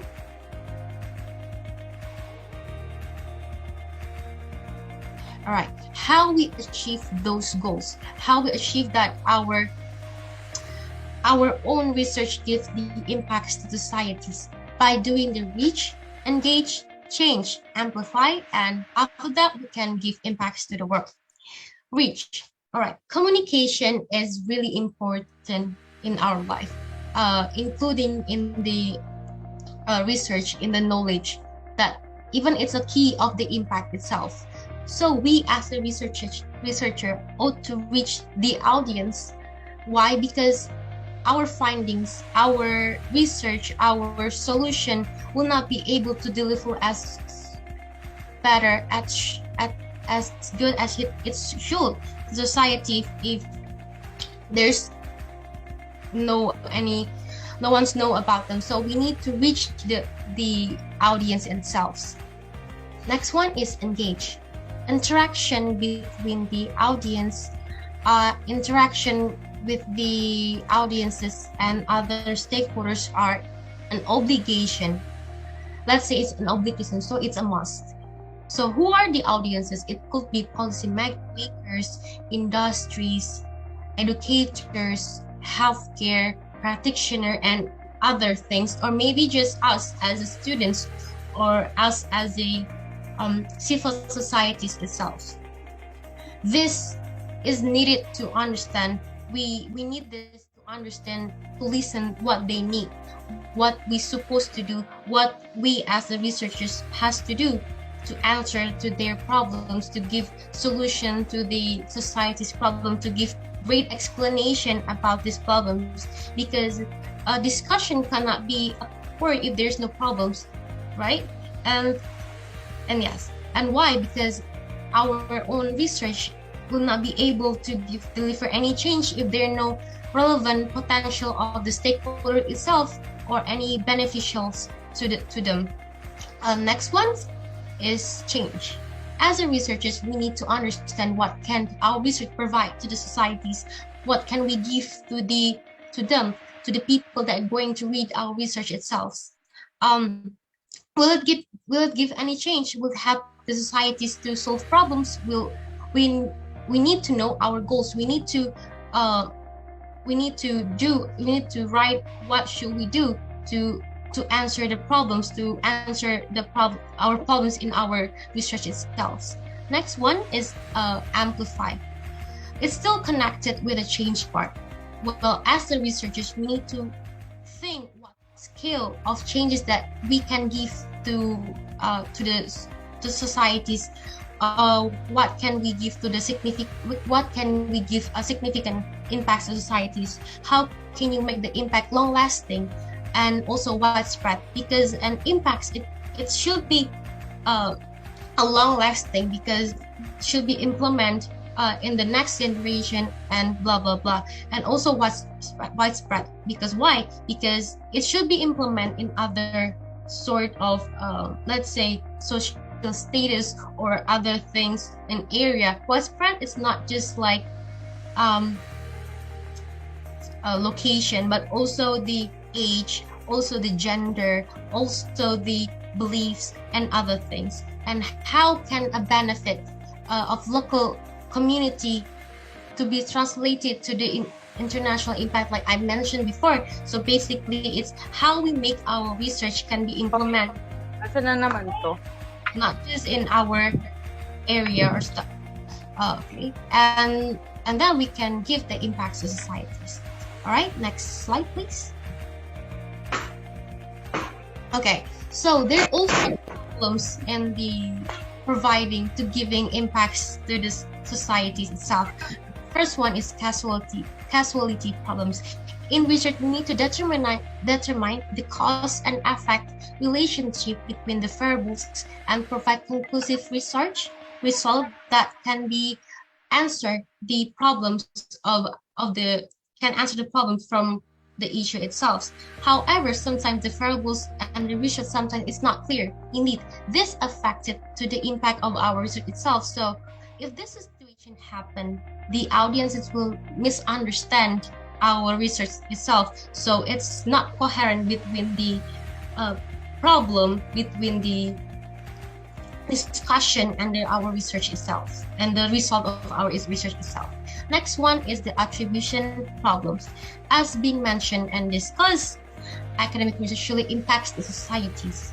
However, some researchers could not provide clear portion of impact that should be attributed to the certain research or other inputs. If this happens, the impacts would not be in maximum range. There are going to be some loopholes in our research itself that are not good for the future. We need to slowly know what can our impacts give to the societies by understand our own research scope. So what are we going to do? What are we going to research? How are we going to research? Are we going to give the qualitative, quantitative, and other type of research? Next one is internationality problem. As a researcher, we should provide research which has a wide range impact. Let's like being mentioned before, we need to scope problems whether regionally, nationally, or even internationally. Well, we know that this theory cannot be implemented to every research itself, because some research are only for specific people or specific circumstances itself. However, even though it's just like for some people, for some of area, the researcher could make it slightly wide range by having some general knowledge regarding the solved problems. So other research, other readers from other area, from other sort of group of people can understand, can take the benefit of our research itself. Last but not least is peers and indicators. Well, basically, it's for the advanced research. So the doing research, it's by determining the indicators and indicators will help the researchers to provide suitable impacts that surely occur based on the research, rather than determine the outcome through peers or through our friend, through ourselves that we discuss it together and have like our own opinion. No, we need to determine our indicators. Why we're discussing this? Why this is wrong and why this is right? Right. Okay. So I think that's all about my presentation. And before I end my presentation, I'd like to conclude that as a researcher, we need to find answer to question and understand what impacts could we give to societies, because every knowledge is beneficial. And last but not least, I'd like to close the presentation with a great quote. You don't need to be great to start, but you have to start to be great. Thank you. Wow, thank you for that ending, for that quote. Thank you so much. All right, guys, if you have questions, please type it on the chat box. You can type it on the chat box or in the comment section of our FB Live. By the way, guys, once again, we are live at the PUP Quezon City Supreme Student Council FB page, also with the National Youth Commission or NYC, and the Youth Organization Registration Program or YORP Facebook page. Oh, Miss Cheryl Morales is raising her hand. Miss Cheryl, do you have a question po ba? Miss talaga eh, no? Muva, assalamualaikum. Waalaikumsalam. Ramadan Mubarak. Ramadan Mubarak. I'm very grateful. Alhamdulillah, you have shared insights and of course tips with our students. Can you share also, because I have seen in your presentation the etiquette, can you also share some of the tips that the students should not do in order to follow ethical consideration in research?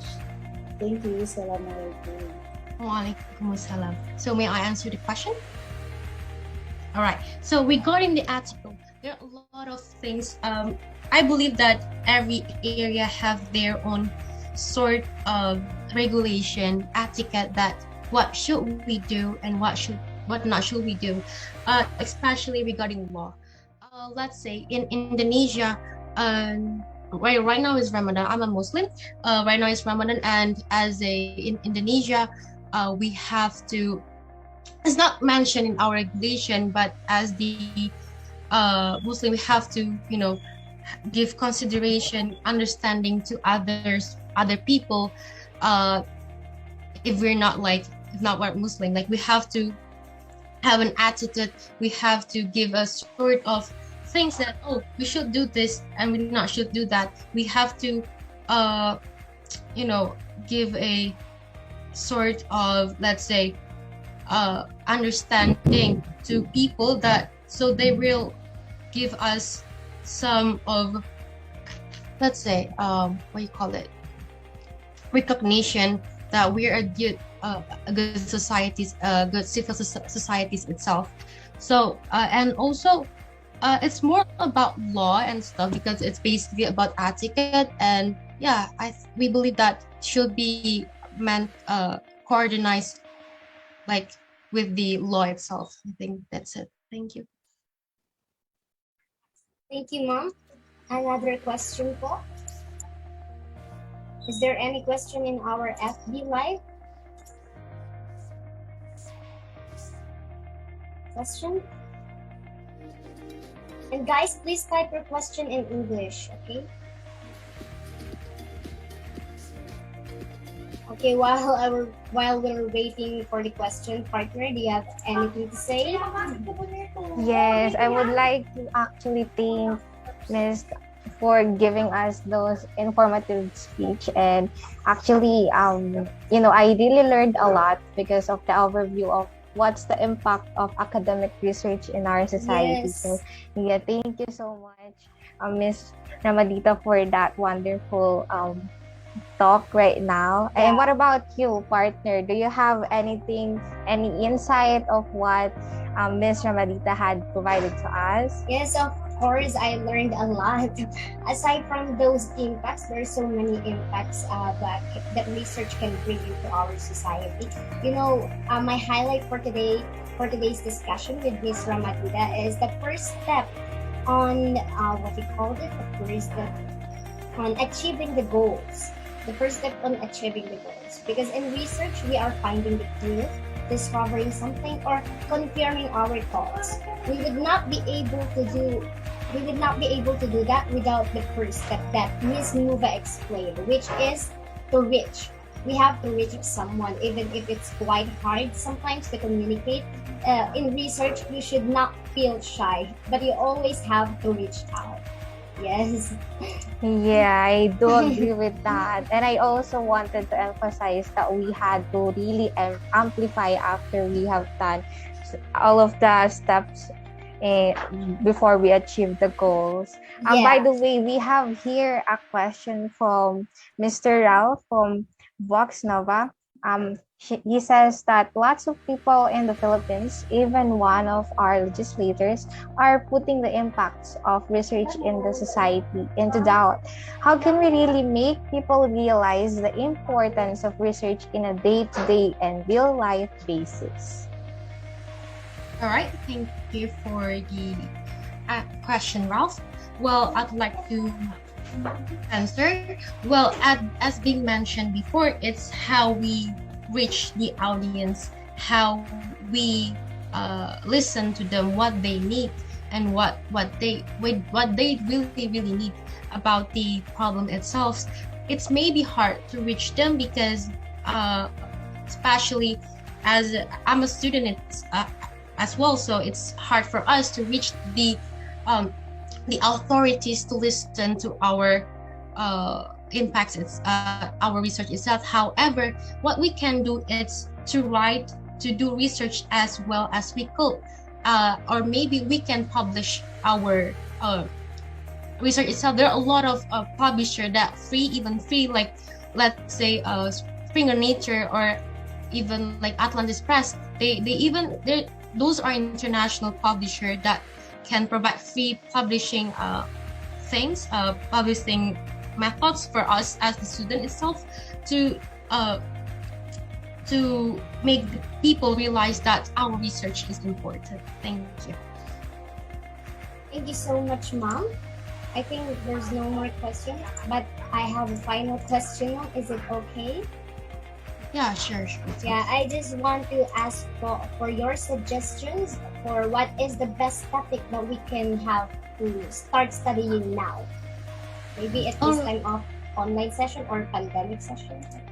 Oh, for studying, I believe that we need to, read a lot, especially regarding our own major. I'm majoring law, so basically I read things about law. If you read about, if you study about economy, you can start to read. You don't need to read something like thick books. I know this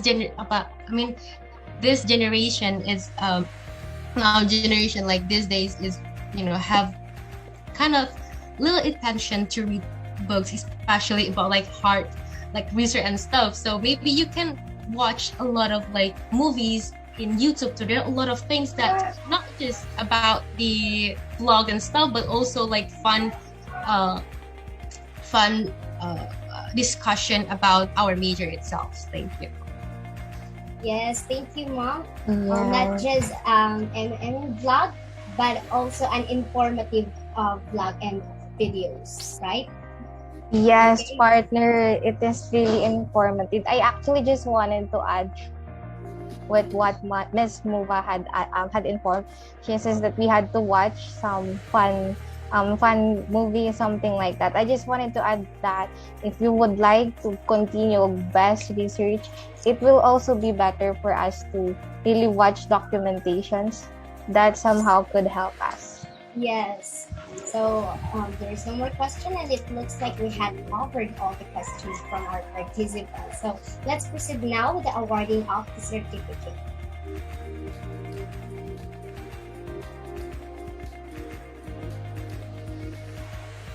Republic of the Philippines, Polytechnic University of the Philippines, Quezon City Branch. This certificate of recognition is hereby awarded to Honorable Muva Putpi Ramadita for imparting invaluable passion for innovation, knowledge, and development as a keynote speaker for the discussion of the impacts of the academic research in society during the first ever student-initiated virtual research conference in PUP Quezon City with the theme Project Create, cultivating the culture of the research engagements among students towards data-driven academic endeavors. Given this 11th day of April 2022 at the Polytechnic University of the Philippines, Quezon City Branch, held via Zoom platform and Facebook Live. This certificate is signed by Ms. Jeneline Balaoro, the Chair of Project Create 2022 and President of PUP QC Supreme Student Council. Mr. Ralph Joseph Tuwazan, the Co-Chair of Project Create 2022 and the Editor-in-Chief of Vox Nova. Associate Professor Damelin P. Manzon, the Head Office of Student Affairs and Services. And none other than Associate Professor Edgardo S. Delmo, the Director of Polytechnic University of the Philippines, Quezon City Branch. Once again, Ms. Muva, it is our pleasure to have you right now. Thank you so much for. Yes, thank you. Thank you so much for inviting me as well. Okay. We can go ahead now with our photo opportunity. Again, everyone, we request to engage and open your cameras. Kindly open your cameras. Yan. Open nyo na yan. With Ms. Ramadita. Yes. Okay, I encourage everyone who still feel confidently beautiful and handsome with a heart despite very hot weather. Please open your camera so we can see the proof. Alright. One more. Alright. Okay, tag team.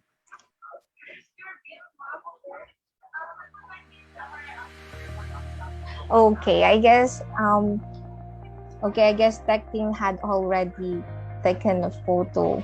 Okay, so before we proceed with the next participants or next speaker rather, we would like to inform you that Project Create is presented by PUPQ's Supreme Student Council, Vox Nova, the official student publication of PUPQC, and together with academic organizations, Community of Human Resource Students, Commonwealth Information Technology Society, or COMITS, Distinguished Organization of Management Technologists and Corporate Specialists, known as DOMT.CS, Future Business Teachers Organization, Junior Marketing Society, and Youth Entrepreneur Society.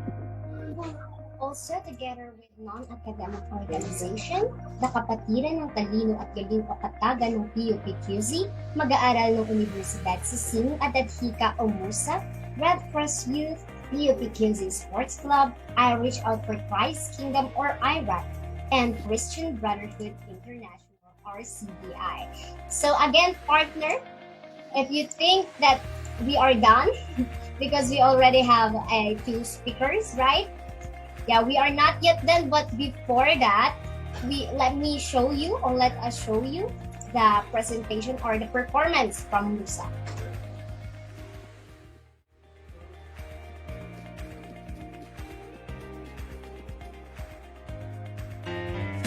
We don't talk about Bruno, no. We don't talk about Bruno, but it was my wedding day. We were getting ready and there wasn't a clouds in the sky. No clouds allowed in the sky. Bruno walks in with a mischievous grin. Thunder. You telling this story or am I? I'm sorry, me with a go. Bruno says it looks like rain. Why did he tell us? It's been blowing so it floods my brain. I wanna get the umbrella. Married in a hurricane. What a joyous day, but anyway, we don't talk about Bruno, no, no, no. We don't talk about Bruno.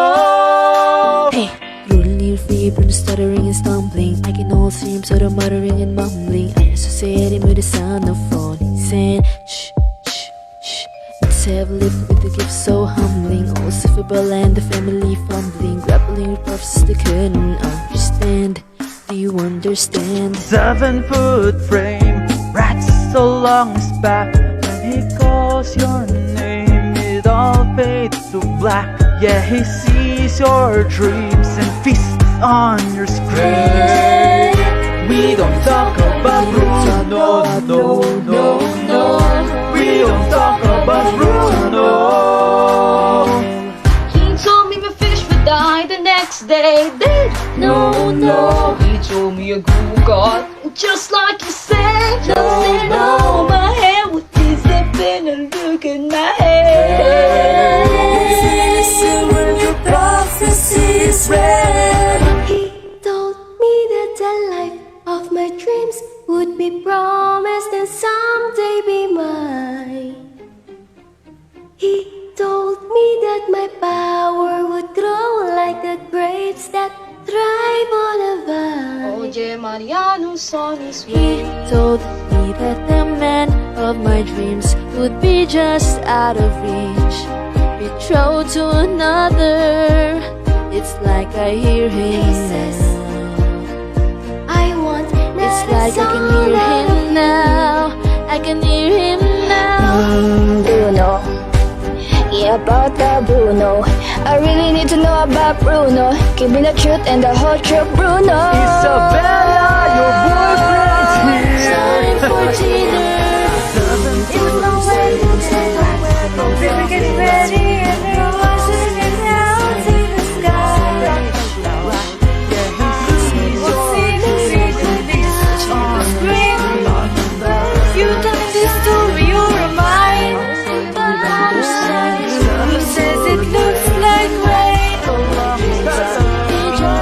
So he floods my brain. Married in a hurricane. This year, don't talk about Bruno. They don't talk about Bruno. They never should have brought up Bruno.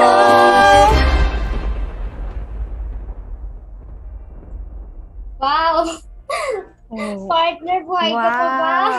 Yes, buhay na Grabe, buhay buhay na pa. buhay na buhayan talaga ako sa pa-Bruno nila, no? Yes, We kasi don't we talk don't about talk Bruno, but we will talk about more about research. research. No? Yes, Grabe. speakers. Grabe, I'm speechless, partner. Aside Gagaling from, talaga ng PUP yan. Yeah, aside from our dancers kanina, we also have singers, ano? Grabe. Press heart naman dyan, mga participants, kung talagang nagalingan or talagang napahanga rin kayo sa performance from Musa. Yes, press heart. And Yes. press love.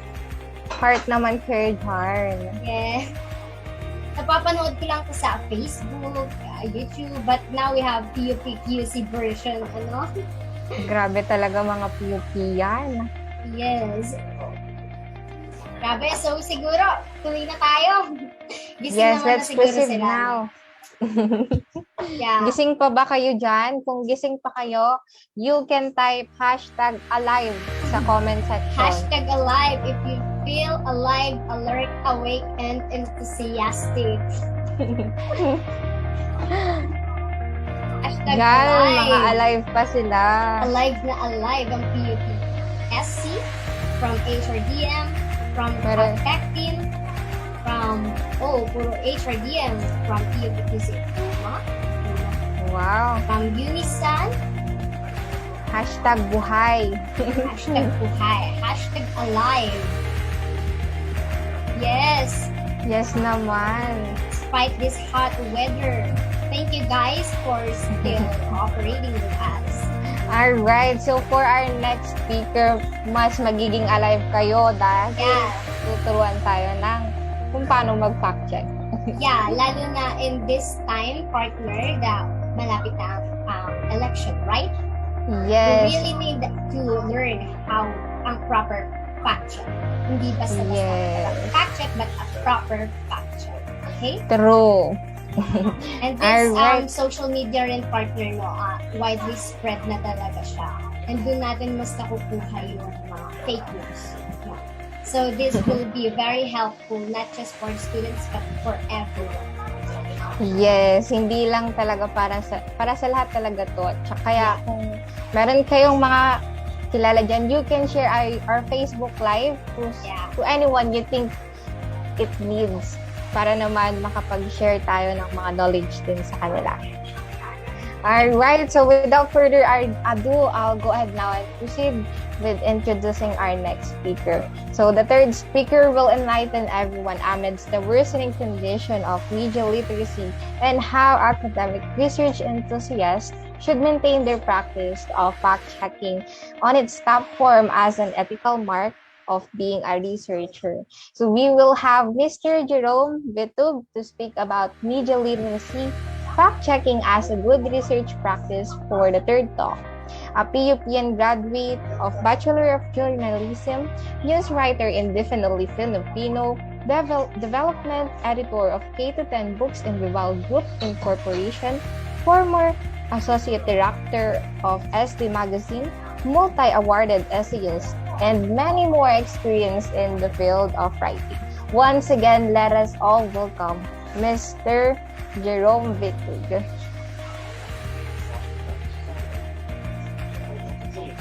Good afternoon. Hello, sir. Good afternoon. So before anything else, I would like to say good afternoon to all of the participants and faculty members who are present today.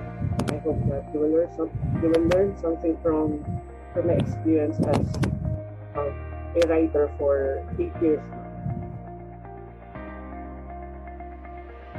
But before that, I would like to also give permission to the hosts to freely interrupt if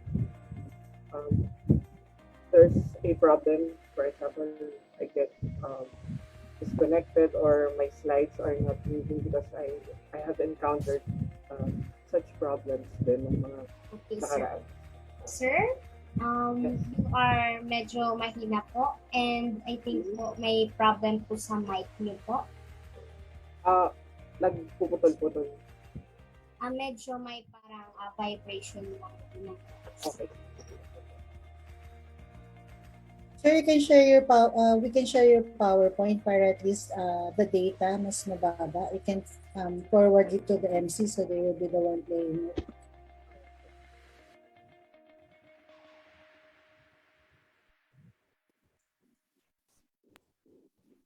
Technical kindly assist Sir Vicky. Yes, ma'am. I think the technical already had the presentation.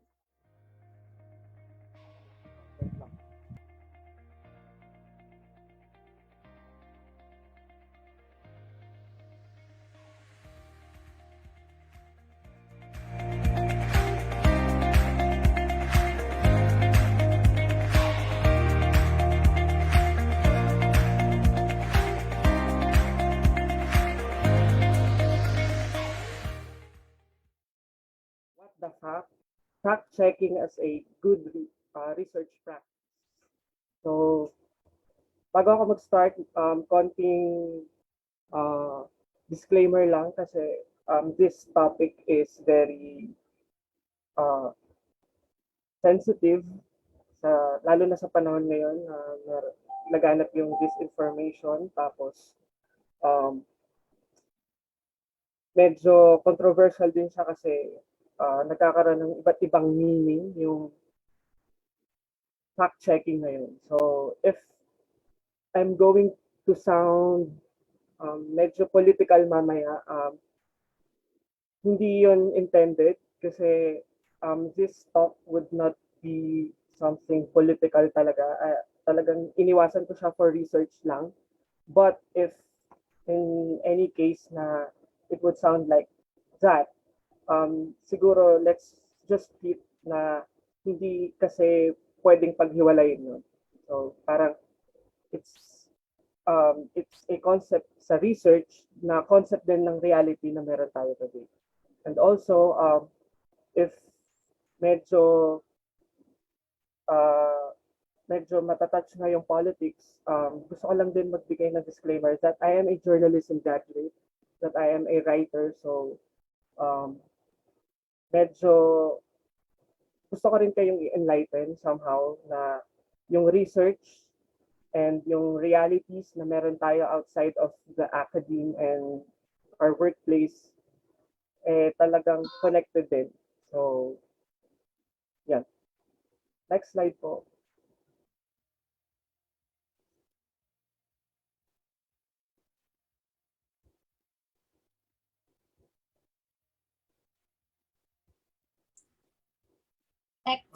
Next slide, please. Yes. Okay. Ito yung una nating concept na dapat malaman, that facts or fact-checking and research has a deep relationship. Diba? Sabi nga doon sa baba, sana all may relationship. Hindi natin pwedeng paghiwalayin yung facts and research dahil kung yung topic natin today is parang yung fact-checking ay part ng research, pwede din nating sabihin na kapag kukuha tayo ng facts, dapat din may research. So hindi sila pwedeng paghiwalayin. How do I say that? Next slide po.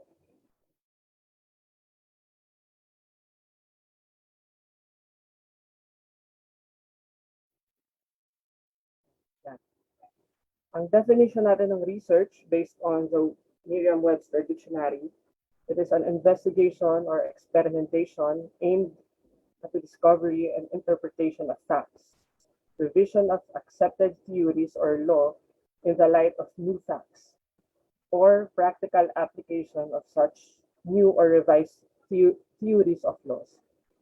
So, dun pa lang sa definition ng research, hindi pwedeng walang yung salitang fact or facts.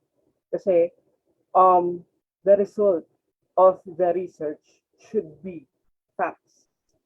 And all of the existing information and concepts that we have today are fruit of research. So, ibig sabihin, kapag sinabing research, dapat ang endpoint natin, ang conclusion natin, ang magiging resulta ay facts. Because it will not be a successful research if hindi facts yung makukuha natin. Ibig sabihin, nag-fail tayo somehow. Alright, okay na po ba? Siguro off ko na lang po muna.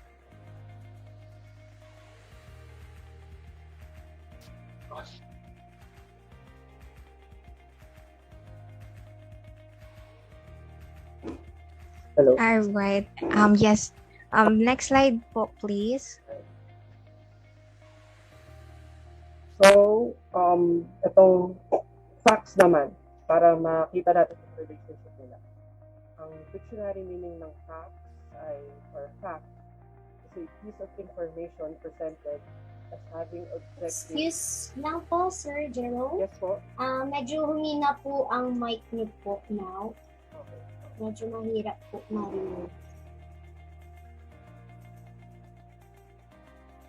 Hello po. Okay na po. Ayan. Yes, sir. Yan. Okay. Yes, sir. Loud and clear na po. Thank you po. Alright. Yun nga, yung facts or fact, piece of information siya presented as having objective reality. But in research, and in reality, yung facts natin, if not all, are discovered through research and studies. All of the information that we know today are verified with research. So kung makikita natin yung relationship ng research and facts, talagang magkaugnay sila sa isa't isa. Kapag sinabi sa yung mag-research ka, you aim to discover, create, or develop a fact or facts na magagamit natin in our everyday living. Kapag naman sinabing kumuha ka ng facts, kailangan mong mag-research. 'Di ba? Pag Kapag sinabi sa'yo mag-research ka, kailangan facts yung makukuha mo. Kapag naman sinabing kumuha ka ng facts, dapat kang mag-research. So, next slide po. Masasabi natin na ang research and fact-finding are inseparable and almost synonymous. 'Di ba? Kapag sinabi sa yung mag-fact check ka, pag sinabi sa iyo ngayon sa social media na mag-fact check ka, how do you do that? 'Di ba? Magre-research ka para makakuha ka ng facts. And ang aim naman natin kapag kunwari academic research or research sa trabaho, ang ginagawa naman natin is naghahanap tayo ng facts na pwede nating pagbatayan ng research. Or yung research mismo natin, it aims to discover new ideas and information. In other words, facts pa rin yung hinahanap natin. So hindi lang sila may relationship, parang forever silang magkasama kasi hindi sila pwedeng paghiwalayin. Okay? In our reality, sa labas ng academe, ng trabaho, sa realities na meron tayo ngayon sa politics, social media, and everyday living, kahit ngayon sa communities lang natin, di ba? Kailangan natin ng research. Kasi maraming lumalabas na balita ngayon na kasi ang dali nang gumawa ng kung ano-anong facts, quote-unquote facts ngayon kasi marami nang may platform. But how do we filter those information? Ginagamitan natin sila ng research. So dito papasok yung importance of research. Hindi lang siya concept na bakit ba itinuturo sa atin sa school, sa university na mag-research? Ano ba yung importance nito outside the school? Kasi hindi naman forever nasa school tayo. But research being an essential part of your education says that we should all learn the concept of fact finding kasi yun yung purpose. Hindi kung nakikita natin today na isa lang siyang requirement for school para makapasa ka, no. Ang research at yung mga konsepto na matututunan natin from the first speaker kanina, dun sa second, and today, sa akin, makikita natin na applicable din sila sa mga nangyayari sa atin everyday. Most especially ngayon nga na medyo magulo ang mundo dahil sa disinformation.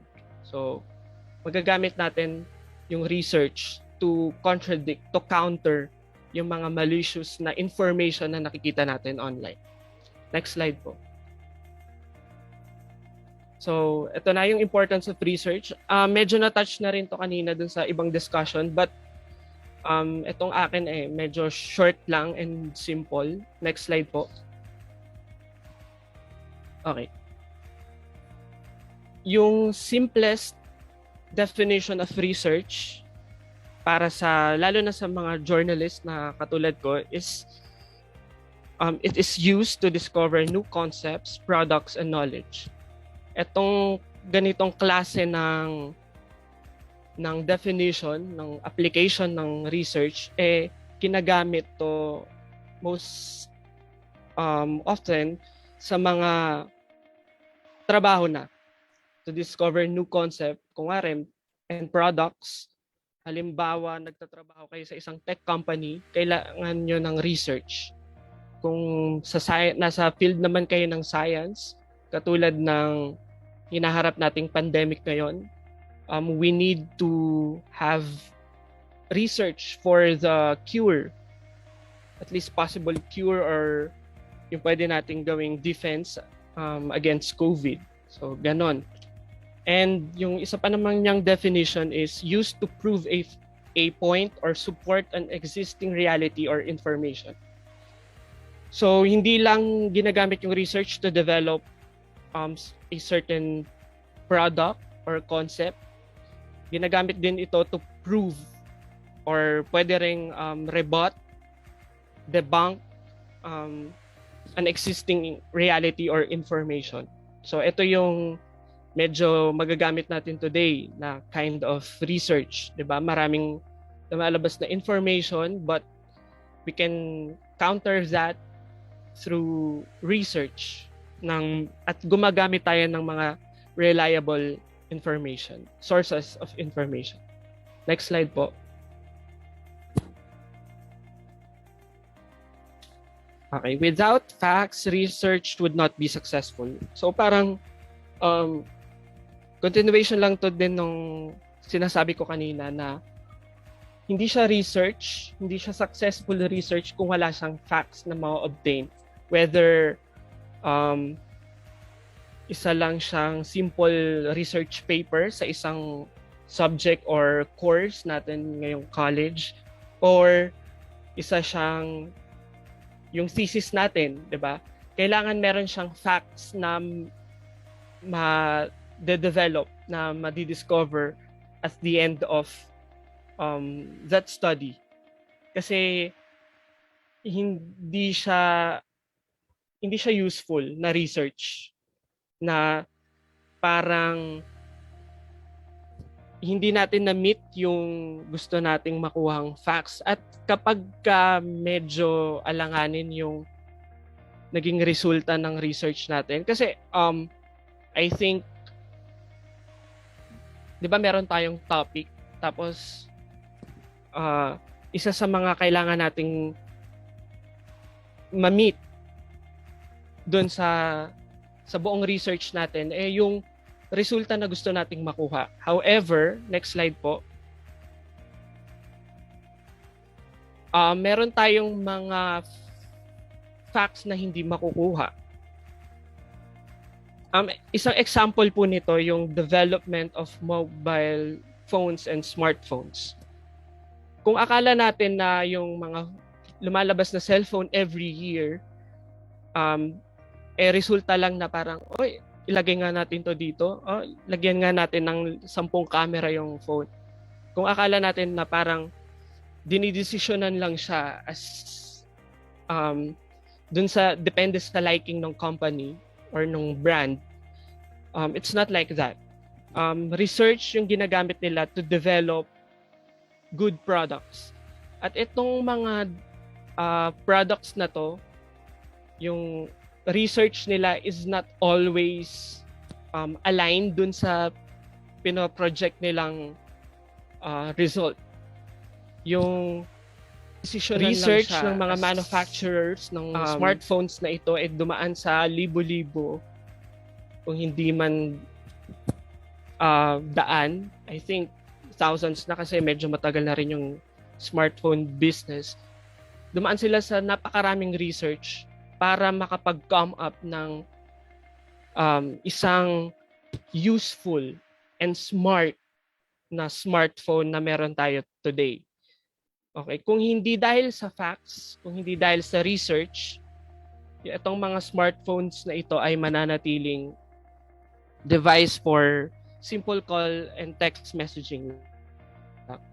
Or black and white lang, mananatili silang black and white. Wala silang cameras and all of the parang big functionality na meron sila. And then yung mga sinaunang cellphone talagang maliit lang yung screen, enough for calls and texts nga lang and simple gaming and calculation. Next po. So because of research and fact-finding, smartphones now cater to the needs and wants of the consumers. Meron ng magandang cameras, mabibilis na sila, and then nasa 5G era na tayo ng connectivity and better performance overall, na parang hindi na lang siya cellphone. Actually, yung phone nga parang medyo malayo na siya dun sa nauna niyang function talaga kung bakit siya na-discover. Dahil sa patuloy na pagre-research ng mga manufacturer kung ano yung gusto ng mga bumibili. And that kind of thinking na and the process na pinagdaanan nila involved research. Hindi nila napagdesisyonan na, lagyan kaya natin to ng camera.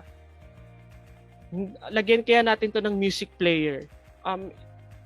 It all started sa mga research na ginawa ng companies na paano ba nila magagawang better. I think that's the main goal of every research na meron tayo, na mapabuti kung ano yung estado, kung ano yung way of living natin from what it was yesteryears, 'di ba? Parang dahil sa research and technology, mas magaan yung buhay natin. So, dumaan yan sa research na kung titignan niyo yung timeline ng evolution ng smartphones, after ng text and messaging capabilities ng cellphone, ano ba yung sumunod? Ang naging sunod na functionality ng mga modern cellphone ay nagkaroon ng camera or music player. Kasi dito rin parang nag-boom yung interest ng tao sa photography and music. And then, after na malagyan lahat ng smartphones ng camera at saka music player, sumunod naman, nagkaroon na ng internet connection dahil nakita rin sa mga pag-aaral na hindi na lang ito yung interest ng tao. May interest na rin sila sa internet kasi nakakatulong to sa lahat ng aspekto ng buhay nila. And then sumunod naman sa internet yung mga games kasi lumalabas na rin sa mga research na interested na rin yung mga tao sa game, na hindi sa computer games. Wala man yung mga phone natin dati ng games, pero lumaganap yung computer gaming. So, ang ginawa ng mga manufacturer, inilagay sa phone. Lahat ng development na yon at yung mga susunod pang kakaibang function ng mga magiging cellphone natin is based on research and facts. Mamaya makikita natin kung ano yung point ng sinasabi ko na ano bang connection ng facts dito bukod sa research na ginawa ng mga company na gumagawa ng smartphone. Kasi kung titignan natin yung history, merong mga naiwan sa development ng smartphone. So bakit kaya? Yun yung madidiscover natin later. Next slide po. Okay, so doon sa example ko ng development of smartphones, pwede nating sabihin na without facts, smartphones would not be the best products that we have today. So kung wari, hindi nakinig yung isang manufacturer ng phone sa reality na mahilig na yung mga tao sa camera, walang makakaisip na maglagay ng camera sa isang cellphone. If not, because of research, hindi rin possible na magkakaroon ng internet connectivity yung mga phones natin. Kasi kailangan din ng facts nun. Kung wari, yung composition na lang mismo ng phone. Kung hindi naniwala sa facts and research na pwedeng paliitin yung device na meron yung mga computer, yung mga personal computer, tapos pwede pala silang gawing mas maliliit, mas compact para makagawa ng isang mas magaan at portable na device. Diba? Hindi madidiscover yung mga smartphones na meron tayo today. And also, kung walang facts, walang development. Kung etong mundo na to, kung nga may concept tayo ng phone, yun, doon na lang tayo sa phone na, na-discover na yung isang cellphone.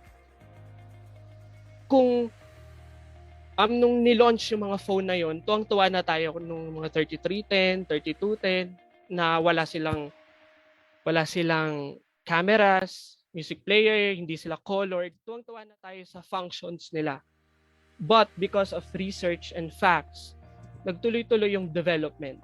Kung wala tayong research, kung walang facts, kung nakastuck lang tayo sa kung anong meron, siguro nag-end na yung cycle ng pagde-develop ng cellphone doon sa era na hindi colored, call and text lang. But because of research and facts na ang major fact na dapat nating na i-consider ng mga manufacturers na ito yung lumalaking demand ng mga tao. Dahil sa pakikinig nila, naka-develop sila ng isang device na nagagamit natin sa iba't ibang panahon, sa iba't ibang use niya today. Next slide po. Okay, so ito rin yung isa niyong tandaan na walang research, na walang facts. Hindi siya research kung wala siyang facts. Okay? Lalo na sa panahon ngayon, meron tayong tinatawag na mga selective researchers. Ito yung kind of research na ini-spoil yung bias na meron tayo sa isang bagay. Halimbawa, yung concept ng yung Earth daw ay flat. Diba? Merong mga naniniwala na flat ang Earth. So, once na magkaroon ng discussion about kung ano nga ba talaga ang shape ng mundo, itong mga flat earthers na to, sila yung magre-research lang na based dun sa paniniwala nila. Ito namang mga naniniwala na bilog yung mundo, magre-research lang din sila based dun sa paniniwala nila. So dito tayo nagkakaroon ng problema. Lalo na rin ngayon sa present nating sitwasyon na mag-e-election na, 'di ba? Usually may dalawang side yung politics. And kung nasaan yung bias natin, usually, di ko naman nilalahat kasi meron pa rin naman talaga mga objective na mag-research. But most of the time, yung research natin based lang dun sa pinaniniwalaan natin. Dun sa yung hinahanap nating information para lang doon sa klase ng para dun sa pinaniniwalaan natin na magsusupport para mapalakas yung argument natin na tama yung pinaniniwalaan mo. And that kind of research, I think, is not healthy. Kasi in a way, hindi na, kung wala may pinaniniwalaan kang isang bagay, hindi na healthy na bigyan mo pa yung sarili mo ng many information about that belief.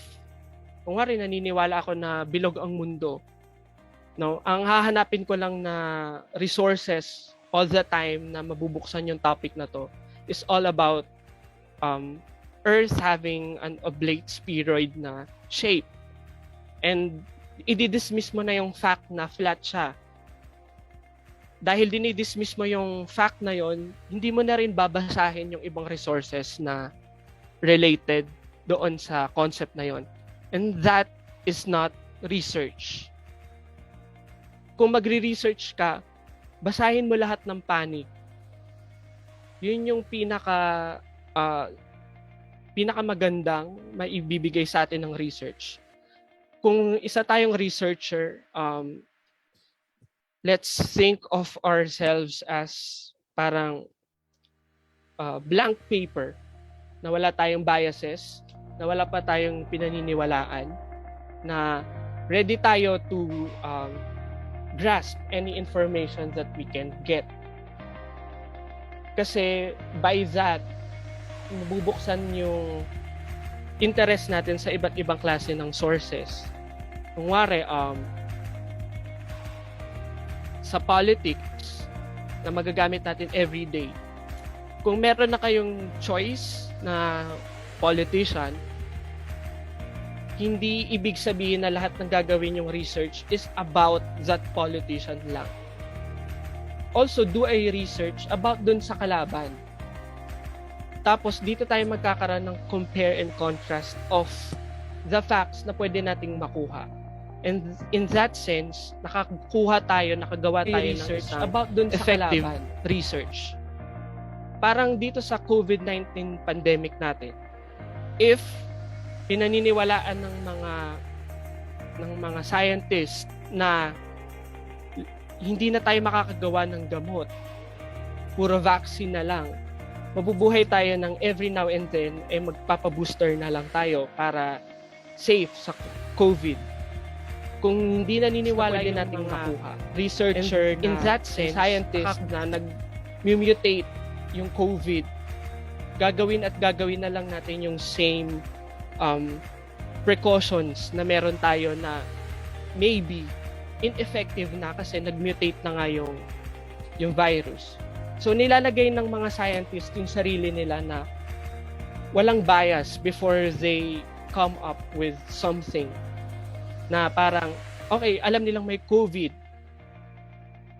Pwede nilang paniwalaan na hindi nag-mutate. Pwede nilang paniwalaang nag-mutate. But, I think the medical field right now is trying to be a blank paper when it comes to COVID. Kasi nga, mahirap magkaroon ng biases sa COVID na, ay, hindi naman yan nag-mutate. Invento lang yan ng mga tao, ng mga scientists, or nagme-mutate yan, matakot tayo.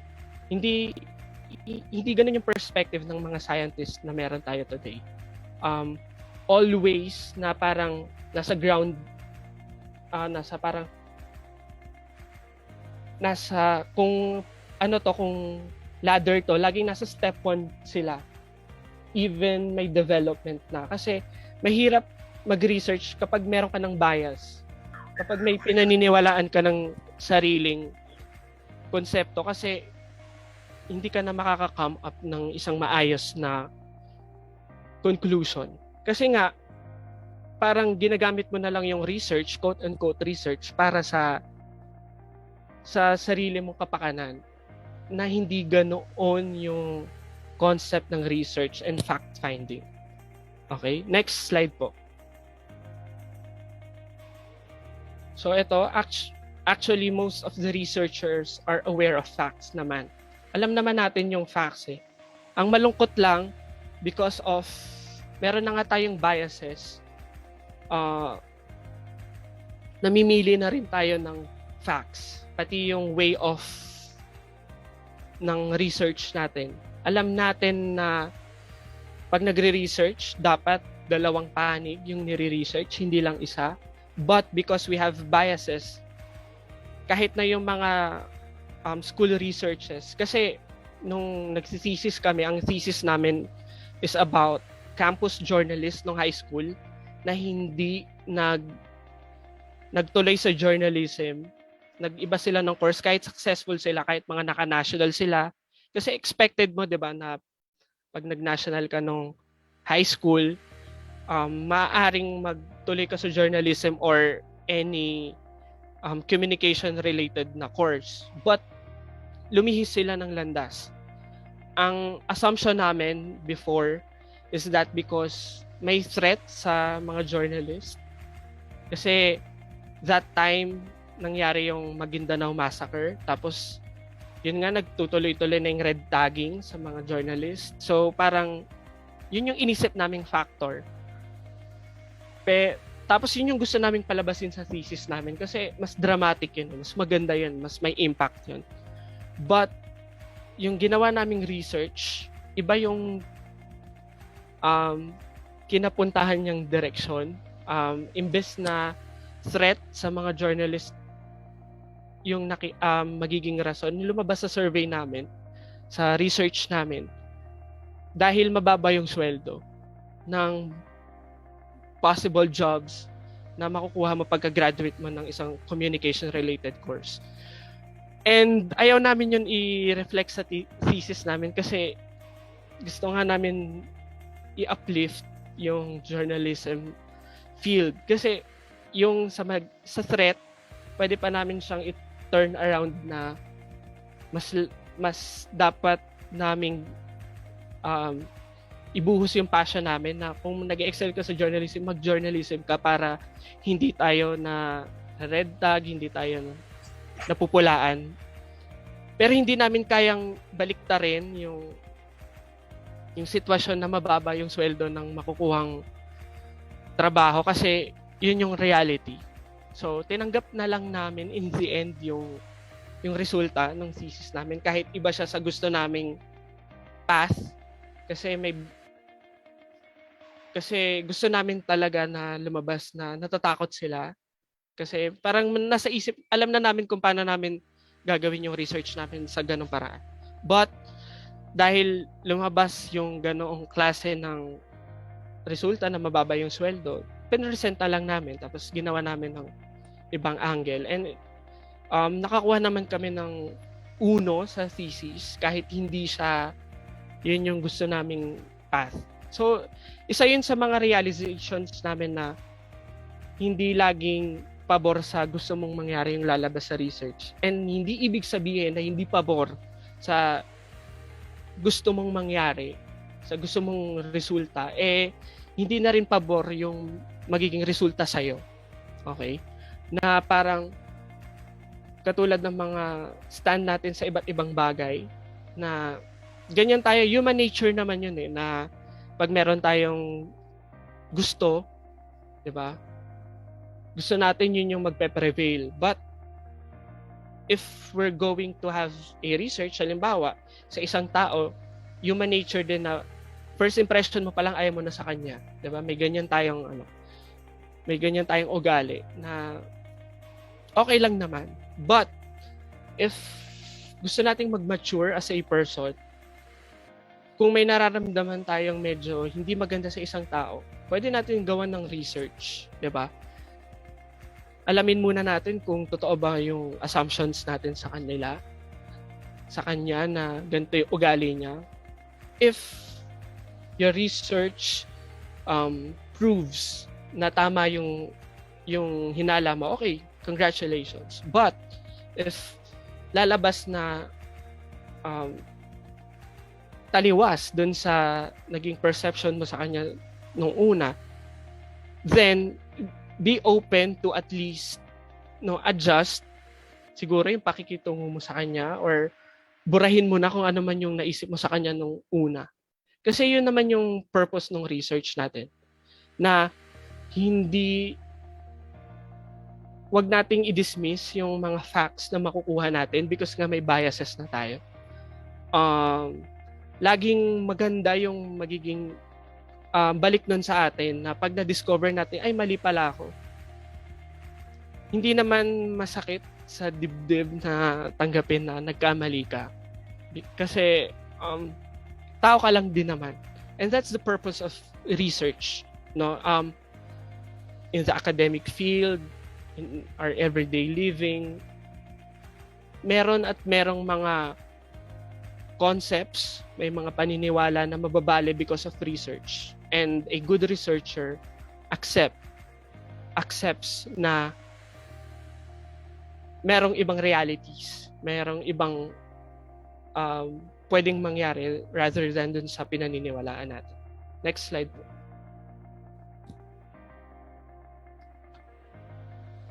So ito yung summary nung sinabi ko kanina na parang pag hindi lumabas yung expected outcome ng research mo, mag-adjust, 'di ba? Mamaya may example tayo dito tungkol sa isang company na hindi nag-adjust sa kabila ng napakaraming research and studies and facts na dumating sa kanila.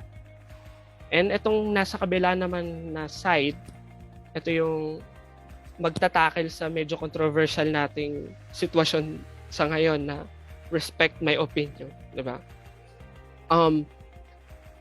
Bago tayo magkaroon ng opinion, dapat nakabase 'yon sa facts. Okay? Hindi pwede yung opinion lang tayo ng opinion. Example, opinion ko pangit ka. 'Di ba? Pag sinabihan ko pangit ka, opinion ko 'yun eh. But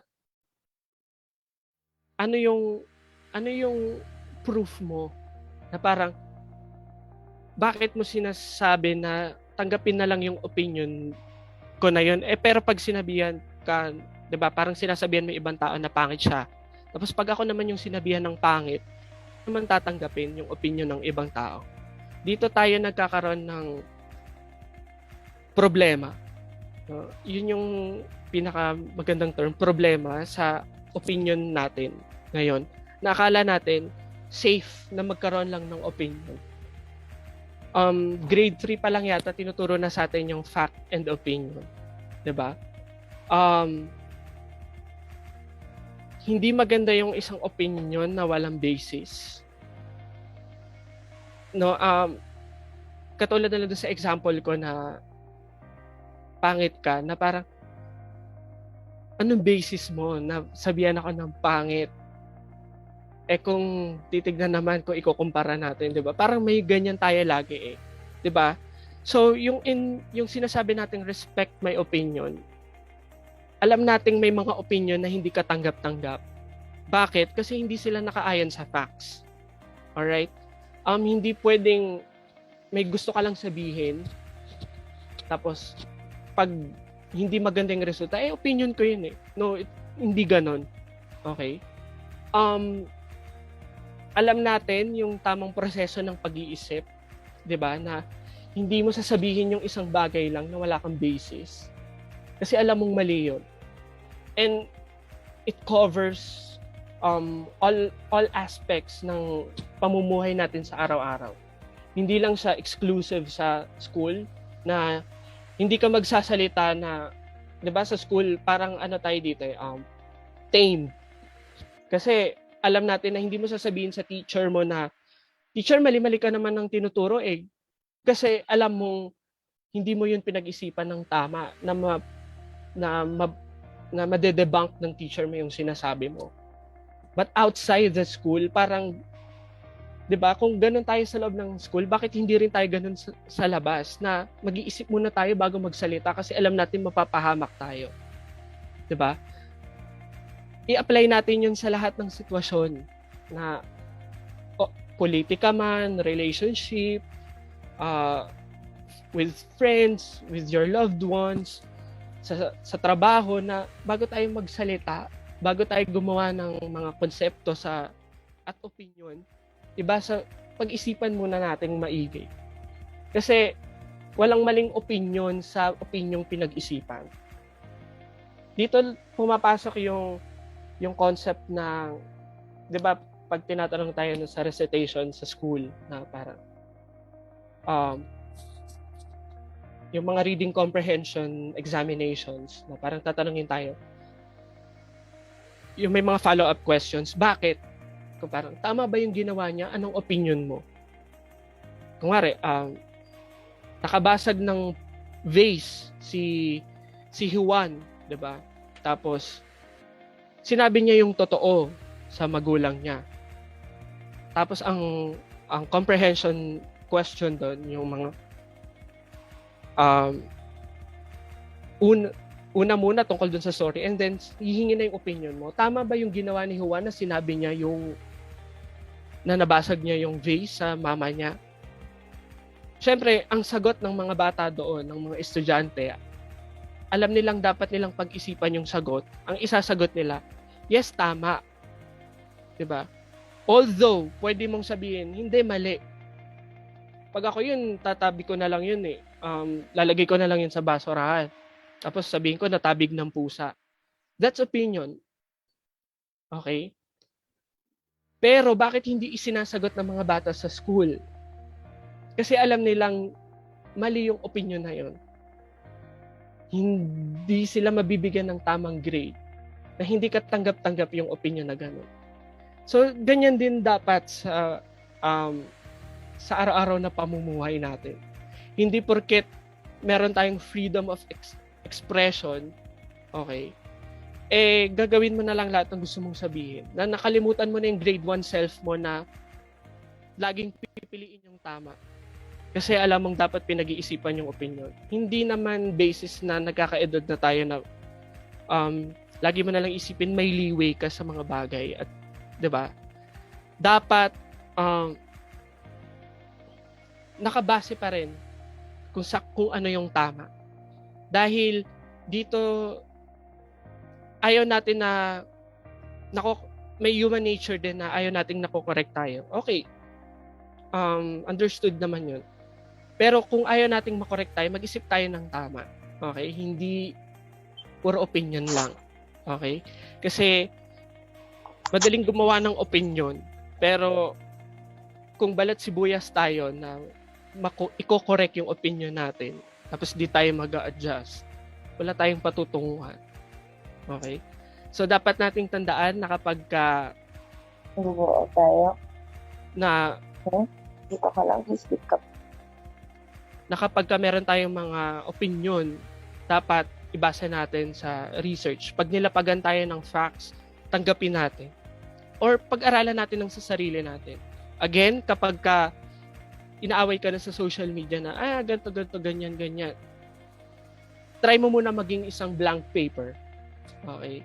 Tapos, basahin mo lahat ng panig. Tsaka ka mag-decide kung tama ba yung pinaninindigan mo o hindi. Okay. Next slide po.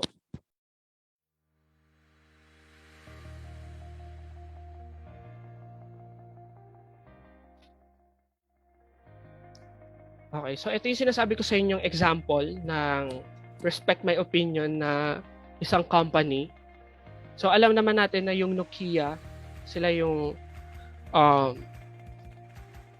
top mobile phone company of the early 2000s. Na pag sinabi mong cellphone, ang mauna mo maiisip, Nokia. Okay? Pero alam din natin na pagpasok ng late 2000s and early 2010s, medyo bumagsak na yung company. So, i-discover natin kung bakit at kung bakit respect my opinion yung nagpabagsak sa kanila. Next slide po. Okay, ayan yung sinasabi ko po kanina na top phone producer yung Nokia kasi they are known to in making durable and easy to use phones. However, pagpasok nga po ng late 2000s, gumawa na sila ng mga phones na parang mahirap gamitin. From the keypad, dun sa UI, and yung style mismo ng phone. Next slide po. So, ito yung ilan sa mga weird na designs ng Nokia. I hope naabutan nyo pa po yan. From the basic bar phones that we had, biglang naging ganito yung itsura. Expected naman po na, sinasabi ko nga kanina na gusto nila mag-develop ng isang phone na mag-cater sa needs. Kasi ito pong mga ganitong cellphones, may camera na, may music player and all na sikat dati po. Next slide. But in 2008, isang journalist po sa Finland, dito rin po ginagawa yung most of the Nokia phones. Nag-complain po siya na yung mga bagong smartphones ng Nokia ay ang hirap gamitin. Next slide po. May picture yan. Ayan, para sa journalist na yan, mahirap na po gamitin tong ganitong klase ng Nokia phone. Kung ikukumpara nga po sa mga basic phones na meron noon, medyo complex na nga po ito kasi kung dati okay lang, mapupunta ka na doon sa function na gusto mo, menu ganyan. Ito po kailangan nyo i-navigate yung arrow dun, yung cursor dun sa screen para mapunta yung sa functions na gusto niya. Ang dami pong nakalagay dyan.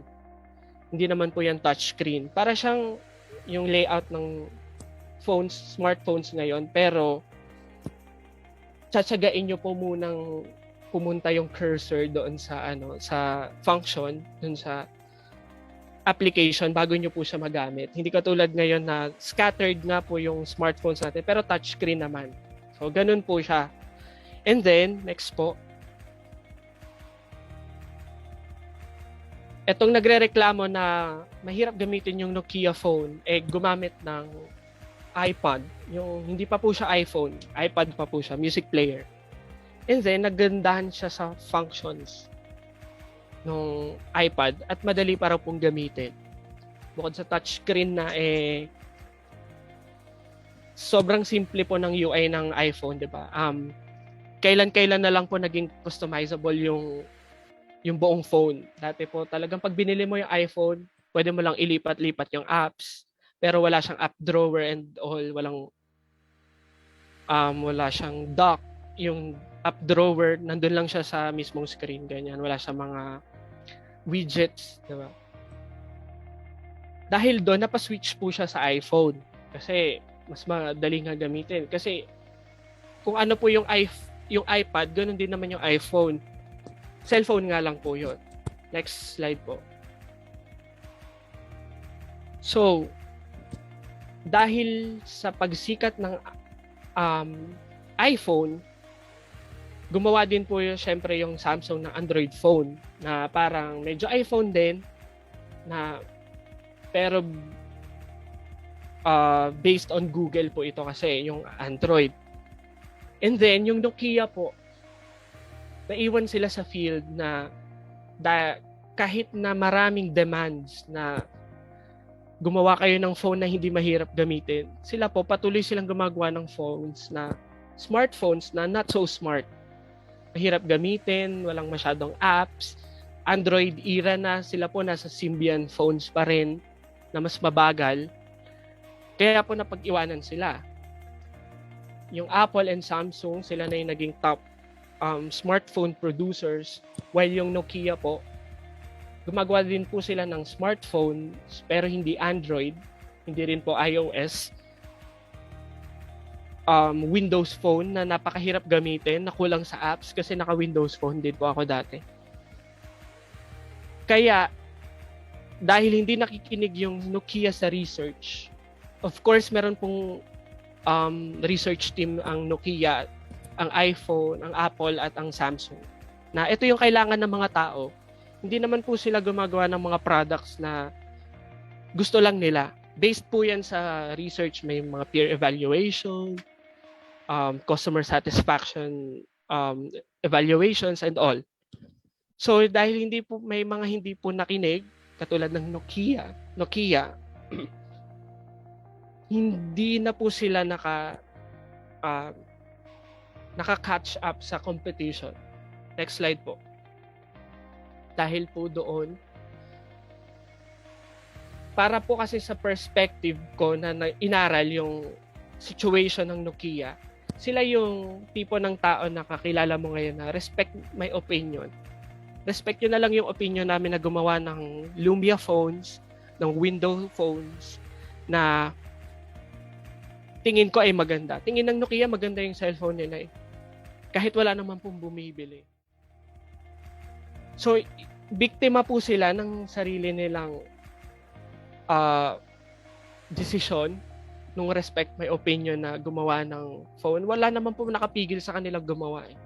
Ang problema po, it affects them big time. Na hindi sila naniniwalang pangit yung ginagawa nilang cellphone. Hindi po sila naniniwala na hindi smart yung smartphones nila. So they continued until 2014 na nag-decide po sila na gumawa na rin ng Android phones. So that was from 2008 hanggang 2014. 6 years po yung inabot bago nila ma-realize na bago sila nakinig sa facts. Samantalang yung Apple and Samsung po, nakikita natin yung development ng phone nila na talagang maganda every year kasi nakikinig sila sa research, nakikinig sila sa facts na lumalabas sa research nila, na hindi lang sila basta nagre-research dahil may gusto silang patunayang point sa sarili nila. Because they listen na kino-consider nila yung maraming bagay, hindi nila iniisip na Apple na kami, kahit anong gawin namin, hindi na kami matitibag. Kami na yung number one lagi. Hindi po ganun yung mindset ng Apple and Samsung. Every year, pag maglalabas sila ng bagong smartphone, lagi po nilang kino-consider yung facts from their consumers. Meron pa nga po silang lumalabas, di ba, yung mga SE, Apple, iPhone SE, tapos Samsung FE. FE naman po, Fan Edition, yung ibig sabihin ng FE, na based dun sa pangangailangan ng mga customer nila. And hindi naman po sila nagkamali na makinig sa research, na mag-analyze mabuti ng facts at i-implement yon sa mga produkto nila. Dahil sila po yung mga top smartphone producers natin hanggang sa ngayon. Next slide po. So, ito na po yung moral of the story, di ba? Lagi po natin isaksak sa isip natin na you can never go wrong with facts and information. Yung mga legit pong facts at information to, hindi po yung mga facts na gawa-gawa na lang kung saan-saan. Katulad nung sa thesis po namin kanina, yung sinasabi ko pa kanina na it may differ from what we expect, but kung mali yung naging assumption natin, ang dapat natin pong gawin is to adjust. And that's listening to our research.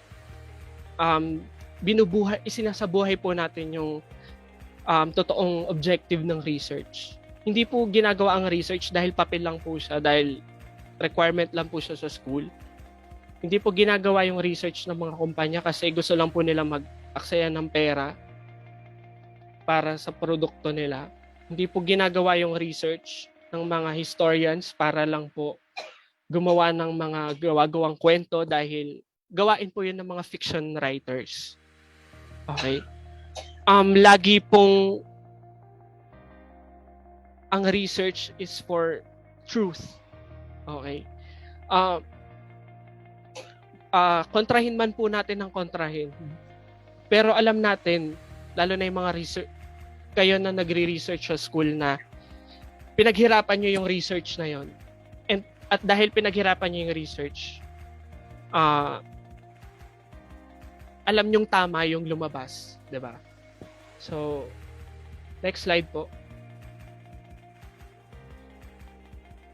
Ito naman ilang mga guidelines para maging efficient na fact checker. Kasi a good researcher is a good fact checker. Lagi po natin yung tandaan. Next slide.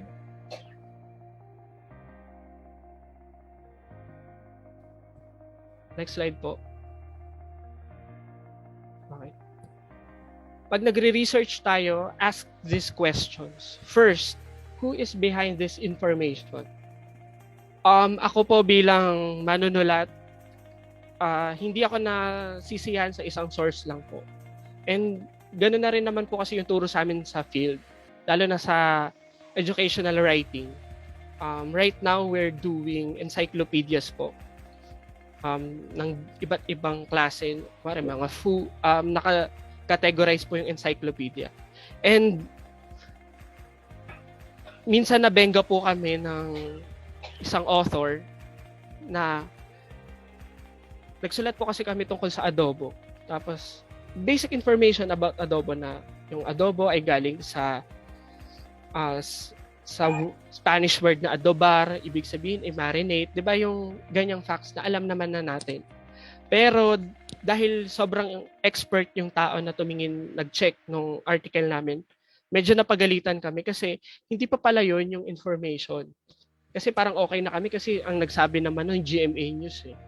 Meron pa palang mga resources na mas malalim doon na ang ibig sabihin pala talaga ng adobar to dress a knight. Yung mga warriors nila, bibihisan. Tapos doon din nag-originate yung word na to marinade. Kasi nga, bibihisan mo, parang binibihisan mo yung karne and ganong klaseng information. So, hindi pwedeng masihan tayo sa isang information, sa isang source. Okay? Bukod sa tatanungin natin reliable siya, tatanungin din natin kung correct ba yon. So, paano natin yun gagawin? Kailangan natin ng itong number 3. I-compare natin sa ibang sources.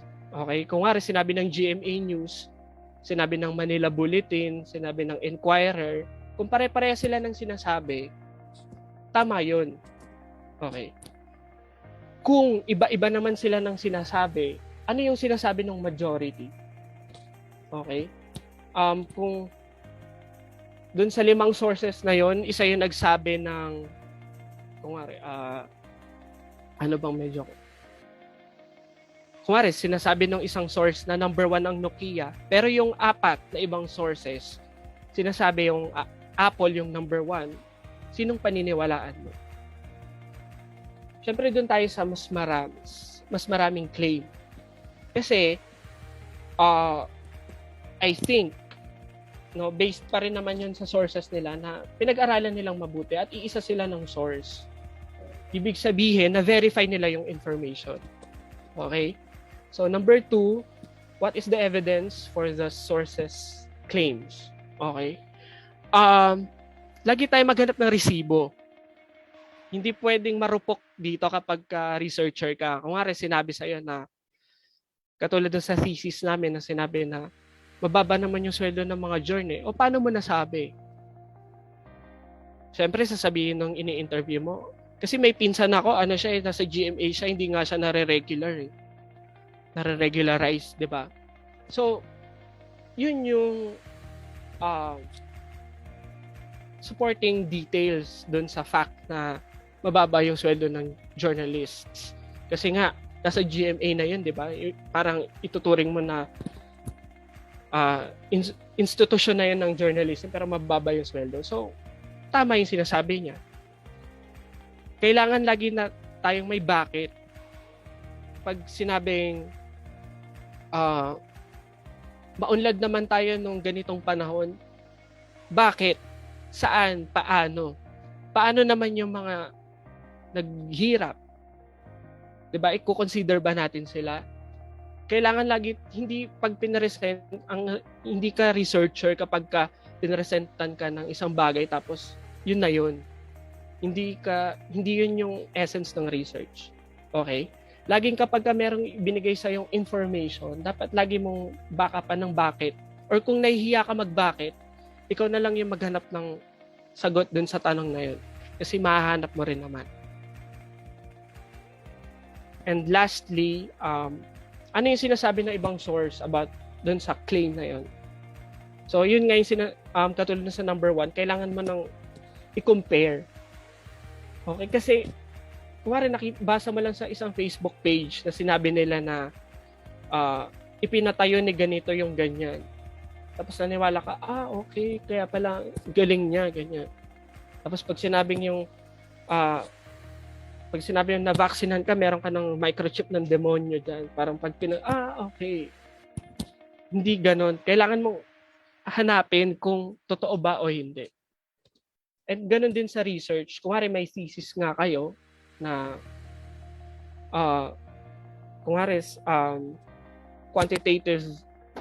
qualitative research na hindi nakabase sa numbers, dito kailangan natin ng maraming information and facts. Kung ang research ninyo ay hindi masyadong nagre-rely on numbers, kailangan makumbinsin nyo kami sa information. Kasi mas madali yung quantitative research kasi number siya 'di ba? Pag quali kasi kailangan mo siyang i-prove with such convictions kung bakit ganon yung lumabas na resulta. Kasi pag numbers, madali nang i-interpret yung numbers. Pag nakita nila sa bar graph na mas mataas yung ganito, okay na yun. Parang okay na sa kanila yun. Pero pag quali yung research, katulad ng research namin na mababa naman yung sweldo ng journey, discuss ang katutak na bakit yung sinagot namin dun sa research. Kasi hindi pwedeng pag sinabi mong mababa yung sweldo ng mga journalists, hanggang doon ka na lang. Kailangan mong patunayan yun hanggang sa pinakamaliit na detalye. Bakit mayayaman yung mga journalists na kilala natin ngayon kung mababa yung sweldo, di ba? Yung mga gantong klaseng factor. Kasi, si Mel Chanco nga, mataas yung sweldo. Kasi, pwedeng itanong yun sa iyo ng ibang tao na, si Mel Chanco nga, malaki sweldo tapos sasabihin mo, mababa yung sweldo, ganyan. So, kailangan mong i-defend yun. Bakit? Na, hindi lang si Mel Chanco ang mukha ng media. Ang isang Mel Chanco, nasa 15 na crew behind the camera yung umaalalay doon para mabigay sa atin yung gusto nating information na mas mababa yung sweldo. Kasi nga hindi sila nakikita sa camera. So yun yung kailangan lumabas sa research mo. Okay? Next po.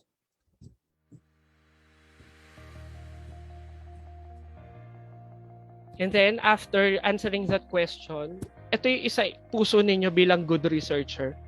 I think kapag naisa puso nyo tong mga konsepto na to, pag pinakawalan kayo sa field, pagkatapos ng college journey ninyo, kapag ka magtatrabaho na kayo, mas madali kayong ma-hire sa trabaho. Kasi, etong mga qualities na to, yung hinahanap ng mga kumpanya. Una, dapat naniniwala ka sa facts. Okay? Walang empleyado na hindi naniniwala sa facts, lalo na kapag corporate yung papasukan mo. Halimbawa, sa publishing, katulad namin, kapag ahente ka, tas di ka naniniwala na mababa yung sales mo, I think hindi ka na maaaring mawala sa iyo yung trabaho. Hindi ka makakabenta ng marami. Kung wari naman, pagkatapos, nasa restaurant business ka, sinabi sa'yo na mas mura yung ganitong alternative sa meat. Tapos di ka naniniwala kasi gusto mo meat pa rin, pero nalulugi ka na. Diba? Parang laging may repercussion yung ganong klase ng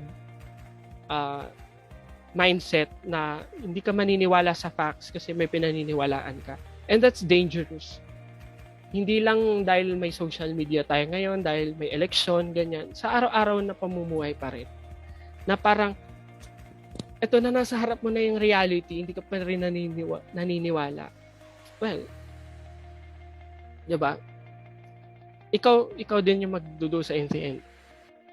Second, a good researcher has opinions but changes his mind if enough evidence is presented.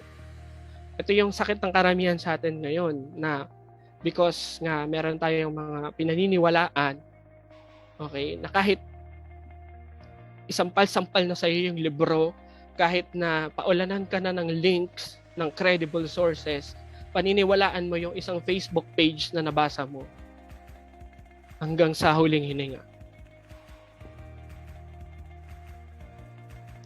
Parang ang sarap sabi,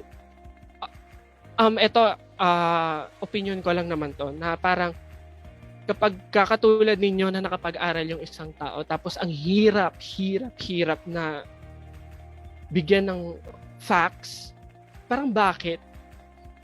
Hindi ba kayo tinuruan ng research?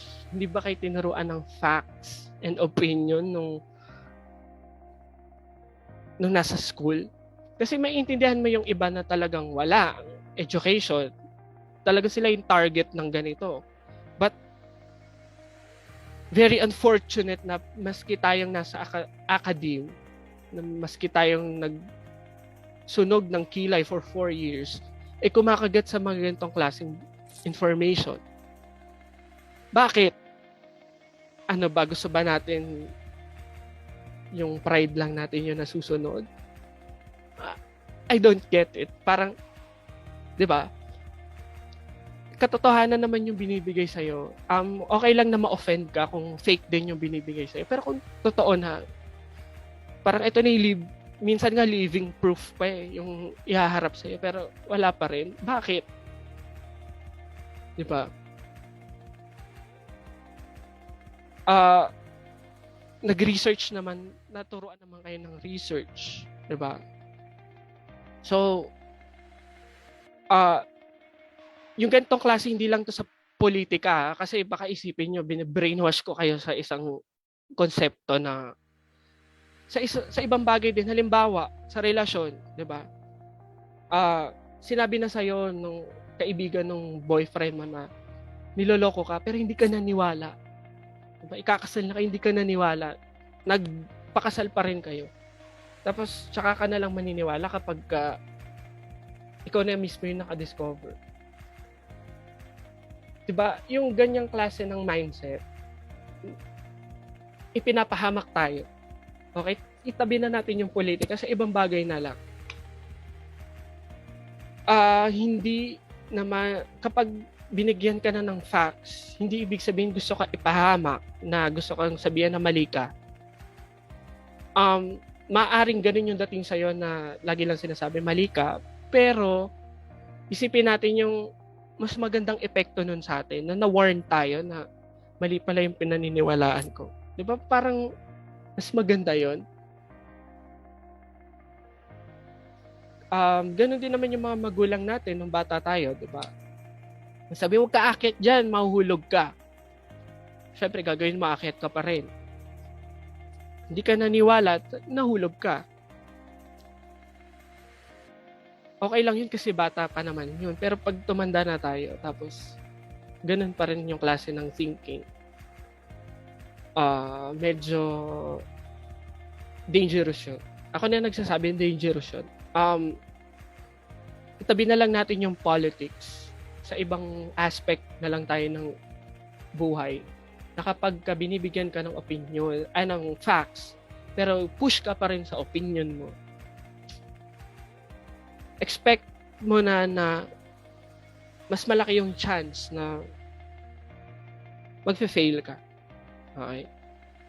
Ganon din yung sa research, di ba? Pag di ka naniwala sa research mo, okay, grades mo naman yun eh. Or kung competition to, kasi yung mga expert sa research, alam nila yan kapag binobola mo lang sila. Yung kahit pa ikutin natin tong bagay na to, alam nila kung saan sila babalik. Pero ikaw, na nakabase ka lang sa bias opinion, ikaw yung mahuhulog in the end. Hindi mo kayang i-defend. Diba? So, better makinig at magbago. Hindi naman yun masama. Medyo masakit lang yun sa loob bilang tao. Oo. Pero, tignan natin yung ng mas malawak, ng may mas malawak na pag-iisip kung ano yung magiging magandang epekto sa atin. Kasi, itong mga research na ganito, it intends naman to give us a comfortable situation. Hindi naman para i-harm tayo. Wala namang research na gano'n. Na unless, 'di ba? Ano kayo sindikato ganyan kung nagre-research man sila. Pero mas maraming research yung ginagawa para sa ikabubuti natin. Okay? And ayun na nga yung itong third bullet, parang yung application din nung sa second, na lahat pwede nating i-apply sa totoong buhay, hindi lang sa school. No? Pag tinuruan tayo ng scientific method, i-apply natin sa totoong buhay. Hindi lang siya concept sa school, hindi lang siya concept sa medical field, sa science field. Pwede rin siya gamitin sa totoong buhay, yung data gathering, analysis. Gusto mo mag-RRL ka pa kahit ano lang yan, kahit chismis lang. Eto meron ako mga ebidensya, nagprint ako. Diba, ganyan. Pwedeng i-support yun sa realities ng buhay mo. And last, a good researcher needs more than one source. Okay? Hindi pwedeng marupok na researcher, walang marupok na researcher. Okay? Kung nagre-research ka ngayon, tapos marupok ka, parang ito na yung wake-up call, ito na yung sign para itigil mo na yan. Na huwag ka lang maniwala sa isang bagay. Kumari, dead ka sa jowa mo, diba? Kahit ano nang naririnig mo sa paligid, di ka pa rin nakikinig. O baka ito na yung sign na dapat makinig ka na. Dahil bilang isang researcher, diba? Researcher/lover, kailangan ko ng makinig. Kailangan ko ng sundan yung ibang sources maliban sa puso ko, di ba? Mga ganyan. Next slide po. So, the next time na may magtanong sa inyong senador o kung sino mang Poncio Pilato na bakit nabaliw kayo sa research, pwede nyo nang sagutin ng next po.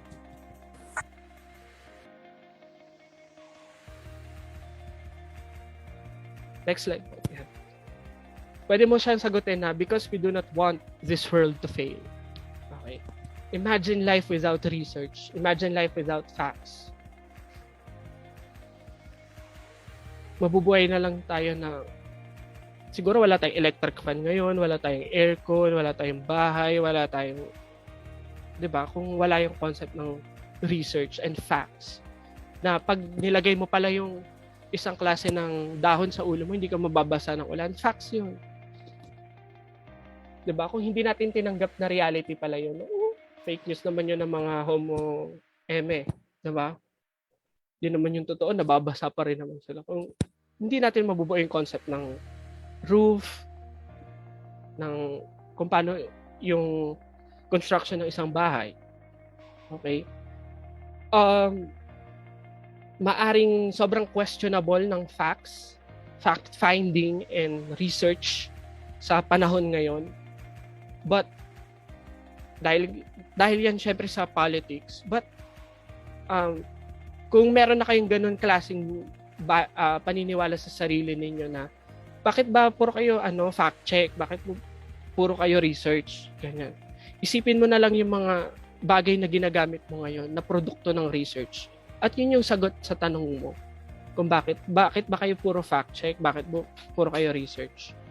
Kasi hindi tayo yung mundo na meron tayo ngayon kung wala yung research and fact check. Lalo na sa panahon ng pandemya, research ang bumuhay sa atin, ang nagligtas sa atin.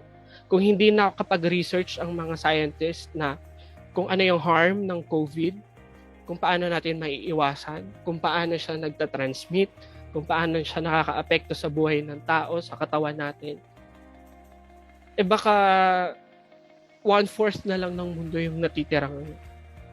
Okay. Next slide po. Okay, sa mundo ng mga marites, magsilbing motherfucker. Okay. Next po. Okay, that would be the end po. Salamat. Yes, salamat po, Sir Jerome Bitug. That was a long discussion but very informative po. Every slide, meron tayong highlights, meron tayong learnings talaga. No? Grabe yung mga example ni Sir sa simpleng bagay katulad ng Taiwan, katulad ng mga appliances and technologies na ginagamit natin in our everyday living. Sobrang babaw na example pero deep ang meaning, di ba? Na hindi lahat ay nakakapansin ito. No, partner? Yes, agree ako dyan, partner. Puro life experiences talaga ang matututunan natin kay Sir Jerome. And sobrang helpful niya para sa lahat, hindi lang para sa mga estudyante. Yes. Dahil lalo na ngayon, applicable siya talaga ngayong election na. Kailangan natin siyang i-apply sa daily life. And sa mga future inventors, mga scientists and such, di ba? Yes. Pinakita kanina sa technology na at sinabi din ni Sir na baka wala tayong electric fan ngayon, sobrang pa naman sa Pinas. Kung walang research, baka tayo pawis na, di ba? True, agree ako dyan, partner. And also, sa topic lang ni Sir, mas pinaigting niya lang yung essence ng pagkakaroon ng research. Mas na-emphasize lang kung bakit nagkakaroon tayo dapat ng research. Kaya thankful talaga dapat tayo sa research. And in addition, partner, I was expecting na si Sir explain niya lang yung fact-checking about fake news. But I am glad na in-explain niya yung importance ng facts sa world development. Yun talaga. Yes. Grabe. And ang research daw ay dapat maging objective. When we say objective, it has no bias. No, partner? True. You have agree ako dyan. look on the different side. Kabilang panig at yung panig mo. And kapag hindi lumabas yung result na ina-expect mo, you have to accept yung fact na nakita mo, na nakita ng research mo, di ba? True, tama yan, partner. Hindi pwede dito na one-sided lang ang gusto mo. Kailangan tumitingin ka sa iba't ibang side. Yeah. Kung sinasabi nyo ay sa relationship, dapat stick to one, and dapat hindi tumitingin sa iba. Sa research, baliktad. Dapat tumingin sa iba, dapat tumingin sa iba't ibang panig, at dapat hindi stick to one, kasi dapat meron kang yung nakita mong result ay hindi lang sa expected mo nakabase, no? True. Okay, Dapat so I think we can, okay, sige, continue, partner. Yes, hindi, partner. Gusto ko lang i-add na hindi siya dapat nakafocus lang sa isang topic. Kailangan lahat tignan mo. Alright. Once again, thank you so much, Mr. Jerome Gitug. It's our pleasure to have you po talaga. Sobrang dami naming natutunan. Yes. I guess we can go with the open forum now. Yes, we will go ahead now and take some time for questions. So if you have any questions you want to ask the speaker, you can already unmute your microphone or just type away the questions in the chat box or Facebook Live. Alam kong sobrang dami yung tanong talaga dahil sobrang daming nakaka-relate. Yeah. So, yes, you can go ahead now and type your questions. Kahit insight nyo sa topic ni Sir Jerome. Yes. Actually, meron na partner. Sir, may question po here sa chat box. Sabi niya po, good afternoon, sir. Ask ko lang po kung anong pinakamagandang response sa respect my opinion. Ayan, usong-uso, sir. Reply mo, gusto mo ba mag-Nokia? Medyo. Ang lagi kong nire-reply sa respect my opinion, lagi ko nilalagyan ng situation. Hindi naniniwala kasi ako na etong mga nakakadebate natin sa debate natin online, talagang sila na yung type ng tao na mahirap nang ma-persuade sa kabilang panig. Nandun na talagang sementado na yung paa nila sa paniniwala nila. And kapag yun nga, na medyo na-atake sila, ang lagi nilang sinasabi, respect my opinion. Ang reply ko lang doon, yung katulad ng example ko kanina na sasabihin ko sa kanya na pangit siya. Pag may nagsabi ba sa iyong pangit ka, tatanggapin mo na lang ba? Diba? Kailangan mo ng ebidensya. So, if hindi mo kayang tanggapin tong ebidensya na to na pinipresent ko, so siguro kaya mo na lang din tanggapin yung opinion sa iyo ng iba na pangit ka. Diba? Without basis. Siguro ganun yung paniniwala. Lagi lang ganun yung sinasabi ko na pag hindi kayo naniniwala pag lagi nyo lang pinaniwalaan yung respect my opinion, opinion ko pangit ka, so naniniwala ka ba sa akin? Kaya mo bang irespeto yun? Kung sasagot siya ng hindi, siguro dapat na panahon na para maniwala siya sa ebidensya. Kasi kapag, di ba, pag sinabihan kang pangit ka, kailangan mo ng ebidensya. Minsan talagang pag yung debate ko, maayos naman yung itsura, yun yung sasabihin ko na pag sinabi ko bang pangit ka ngayon, maniniwala ka sa akin, kaya mong irespeto yung opinion ko. Diba? Hindi kasi laging dapat katulad nga nung siguro maganda mo na lang kung ayaw mo yung way ko, kasi ako medyo talaga ako sa social media, hindi tayo mabait. Gusto kasi naniniwala ako na pag meron mga tao na mahal yung sarili nila kahit na medyo naniniwala sila sa fake news, na alam mo yun sa way na pananalita nila na kaya pa tong trabaho nila. Pero kapag siguro naka 20 na palitan na kami ng facts and opinion, tapos ang point niya pa rin in the end is respect my opinion. Kailangan mo na ng real life situation dito. Kailangan mo nang ilabas. Kaya yun yung ginawa ko today. Nilabas ko kayo sa social media. Pinresent ko sa inyo na application sa buhay, kasi hindi natin pare-parehas marirealize. Parang sukang-suka na tayo sa ganitong klaseng topic na pag social media pa rin yung ginamit ko sa inyo, hindi na yun effective. So, kailangan natin ng ng application sa labas ng buhay. So, kung may nagsasabi sa'yo ng respect my opinion, pwedeng pumulot ka ngayon sa way ko ng pagsasabi na whether sabihin mo sa kanya, okay, I respect your opinion, pero ikaw nang bahala sa outcome niya na. Hindi ako nagkulang sa'yo ng warning, ng pangaral na ano yan ha, diba? Ganun. Minsan, pag nireplyan ka ng respect my opinion, feeling end of conversation na yun. Na wala na. Siguro, bilang final word, iwan mo na lang sa kanya na, okay, sige, opinion mo yan, bahala ka na sa resulta. Diba? Hindi, kung magiging maganda man yan para sa'yo, okay, congrats. Pero, alam mo sa sarili mo na pwedeng ikapahamak yan. So, ganun lang yung response ko lang. Alright, thank you so much, Sir Jerome. By the way, there is another question from anonymous sender. He or she says that according to a December 2021 social weather station survey, 69% of adult Filipinos believe that problem of fake news is media is serious, and 51% of Filipinos find it difficult to spot fake news on social media.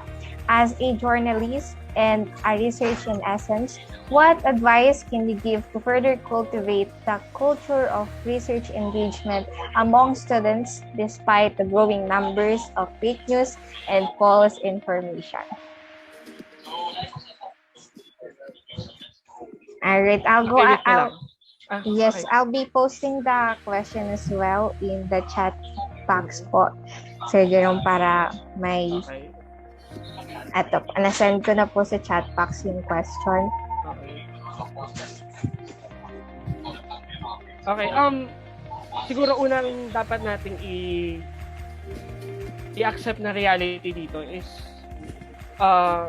mahirap talagang mag-rely online ng sources kasi lahat may platform na. Lagi kong sinasabi yan na sa lahat ng talk about journalism, media literacy and all.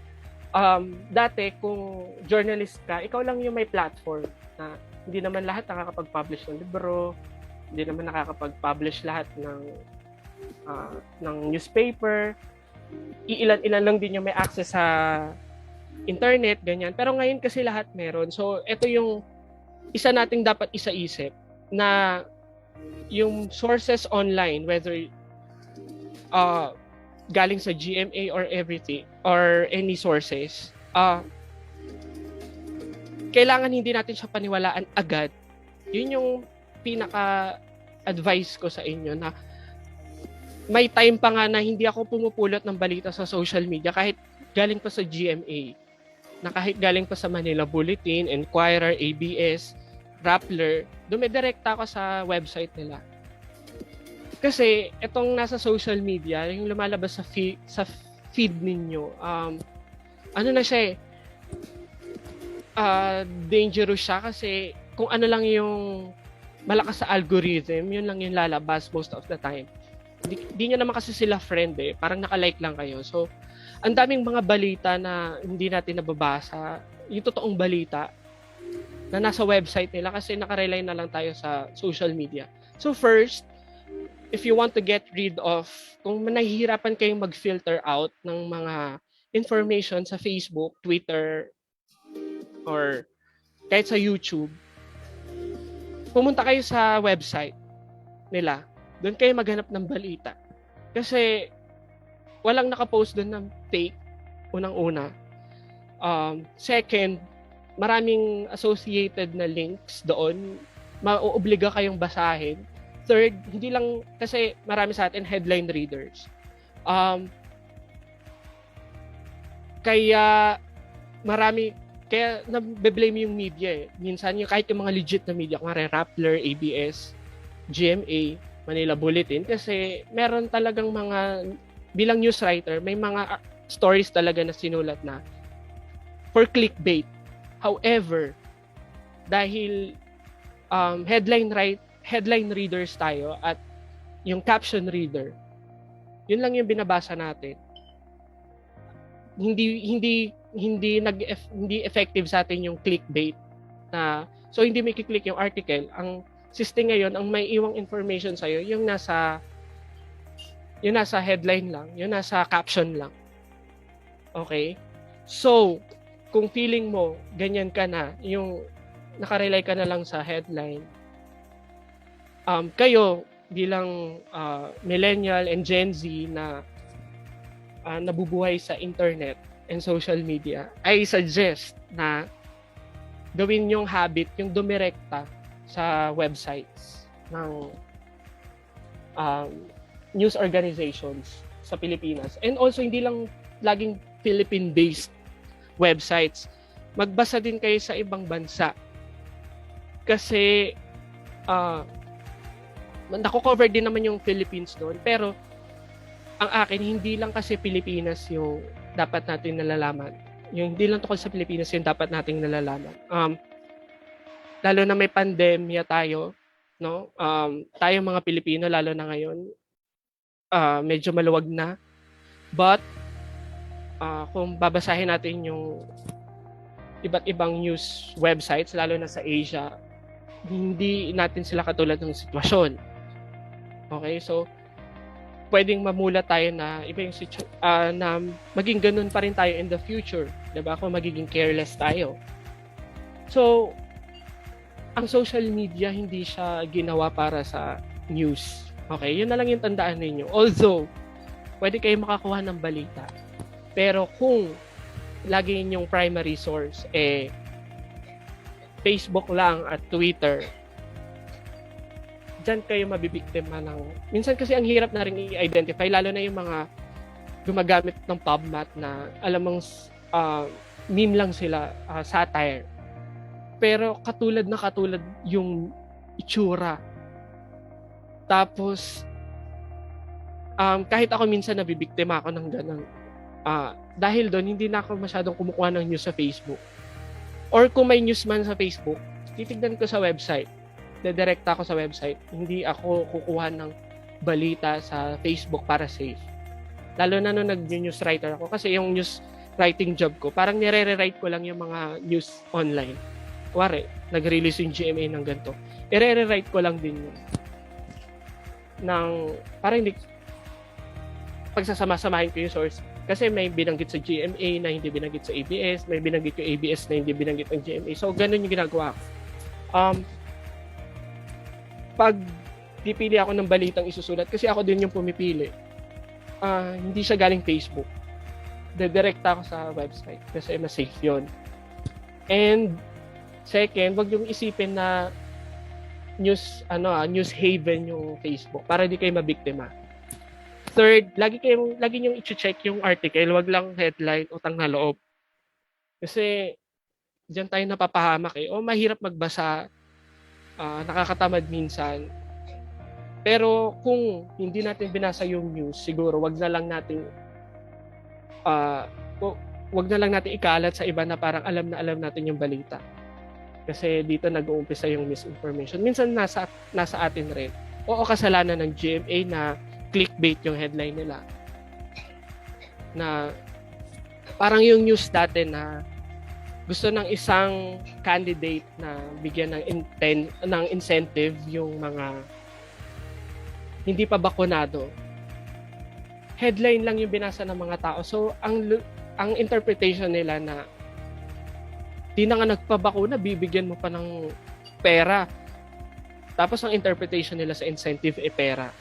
Which is, kung hindi mo talaga binasa yung article, magiging ganun yung interpretation mo dun sa headline na yun, sa caption na yun, sa PubMat na yun. Pero kung binasa mo yung balita, makikita mo yung essence. Okay? So, I don't think na media lang yung may problema kasi naniniwala ko na kung ayaw mo magpabiktima, hindi ka mabibiktima.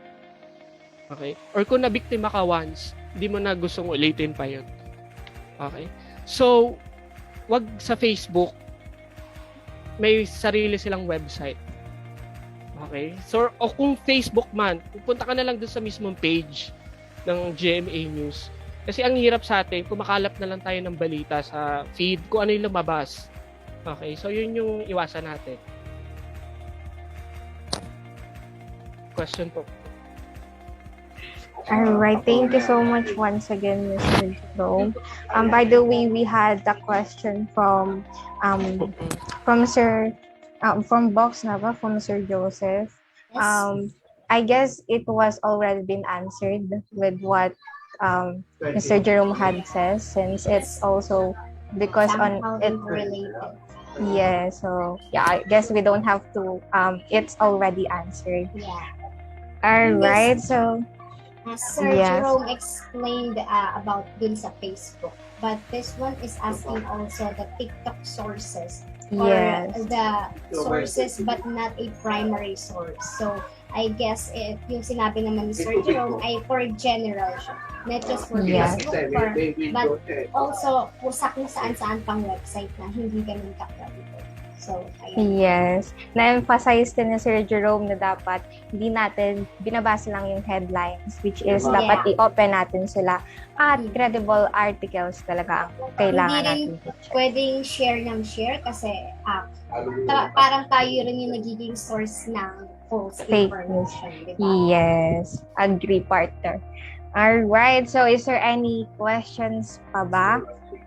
Alright. So, once again, I guess we're all set na kompleto na lahat ng mga katanungan ng ating mga there's someone raising his hand. Oh, meron pa. Kasi Alright. bigla siyang nawala. Okay. It's Jen. Yeah, it's Jen. Good afternoon, organizers. Last na Hello, po ako Jerome. since one of the time na po. Thank you for sharing your knowledge. It will help to my personal good to all of you guys. Speakers for the webinar this afternoon. That's all for me. Thank you. Okay, thank you po. Thank you rin po, Sir Jello. Thank you, Sir Jello from NPC. Yes. Alright. Okay, so I guess we had already covered all the questions from our participants. By the way, if you have further questions, you can just type it in and we'll just relay it to Sir Jerome para baka hindi nyo pa naisip yung questions nyo, pwede nyo pa naman ihabol. Alright. Okay, so once again, we'll go ahead now and proceed with awarding of certificates. Let me read it na lang, partner, no? Yes. Okay, Republic of the Philippines, Polytechnic University of the Philippines, Quezon City Branch. This certificate of recognition is hereby awarded to Mr. Jerome B. Bitug for imparting invaluable passion for innovation, knowledge, and development as keynote speaker for the discussion of the media literacy, fact-checking as good research practice during the first ever student-initiated virtual research conference with the theme Project Create, Cultivating the Culture of Research Engagement Among Students Towards Data-Driven Academic Endeavors. Given this 11th of April 2022 at the Polytechnic University of the Philippines, Quezon City Branch, held via Zoom platforms and Facebook Live. This certificate is signed by Ms. Jeneline Balaoro, the chair of the Project Create 2022, and the president of PUPQC Supreme Student Council. Also by Mr. Ralph Joseph Tuazen, the co-chair of Project Create 2022 and editor-in-chief of Vox Nova. Associate Professor Demelin E. Manzot, the head of the Office of the Student Affairs and Services. And lastly, Associate Professor Eduardo Estelmo, the Director of the Polytechnic University of the Philippines, Quezon City Branch. So congratulations, Mr. Jerome Vito, and thank you po for imparting your knowledge with us today. Thank you din po sa pag-invite. Alright, so thank you so much po. Once again, let's proceed with the photo opportunity portion. Again, this is for the last time, guys. So we highly encourage you to open your cameras. Ilabas na ang mga bangis. Yes. This is for the last time and wala na tayong next speaker. So I think, guys, you can open your cameras now. All right, Please open so your cameras. Yeah. okay, in my count from 3, 1, 2, 3. All right, so next slide. 1, 2, 3. And the last slide. 1, 2, 3. All right. Okay, once again, thank you po sa lahat. And we want Yeah. to express our deepest gratitude to Mr. Lawrence Pamensana, Honorable Mova Putri Ramadita, and Mr. Jerome Gitu. Ang dami-dami po talaga namin natutunan for today's webinar or Yeah. for today's conference rather. Guys, kung kayo din maraming natutunan, comment nyo yan sa ating chat box or comment section para makita ng ating mga speakers. Yes. Actually, ikaw partner, ano yung mga insight na natutunan mo? Ako, napakarami. Magmula Ako kay din, Sir partner. Lawrence. Yes. Pero ang pinaka-tumutak talaga sa akin sa last webinar, sabi ni Sir, ang research at ang fact-checking ay hindi lang magkarelasyon, but sila ay forever. Hindi ba? Yan talaga. Buti pa sila, di ba? May forever. Yes. Alright. So, actually, ako kay Sir Lawrence, ang na-realize ko talaga is ang paggawa ng research ay hindi lang basta requirements. Pero, dapat natin siyang sinasapuso dahil para rin sa atin yon at para sa mga taong nasa paligid natin.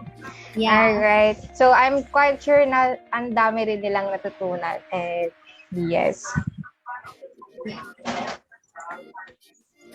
Alright. Okay. And that's a wrap, everyone. Thank you for staying with us throughout the whole day. Yeah, I hope that you have gained a lot of insight from our 3 wonderful speakers today. We will now be sending the evaluation form for this seminar on our group chat. Actually, it's here na in our chat box, so you can use the link, guys, if you wanted to have a certificate. If you wanted to have that, huwag niyo pong kalimutan magsagot ng evaluation form. Kasi itong evaluation form, this is one of the example of simple research din, di ba? Kasi pag sumagot kayo ng evaluation, we will have the fact-checking kung meron ba kaming need to improve. And that is one of the discussion of Sir Jerome Bidong.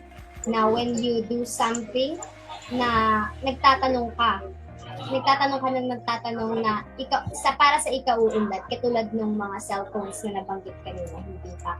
So it's also part of this. So kindly assess and answer the evaluation form given us. Once again, thank you for joining us in our Day 1 virtual research conference. But to inform you guys, we are not yet done.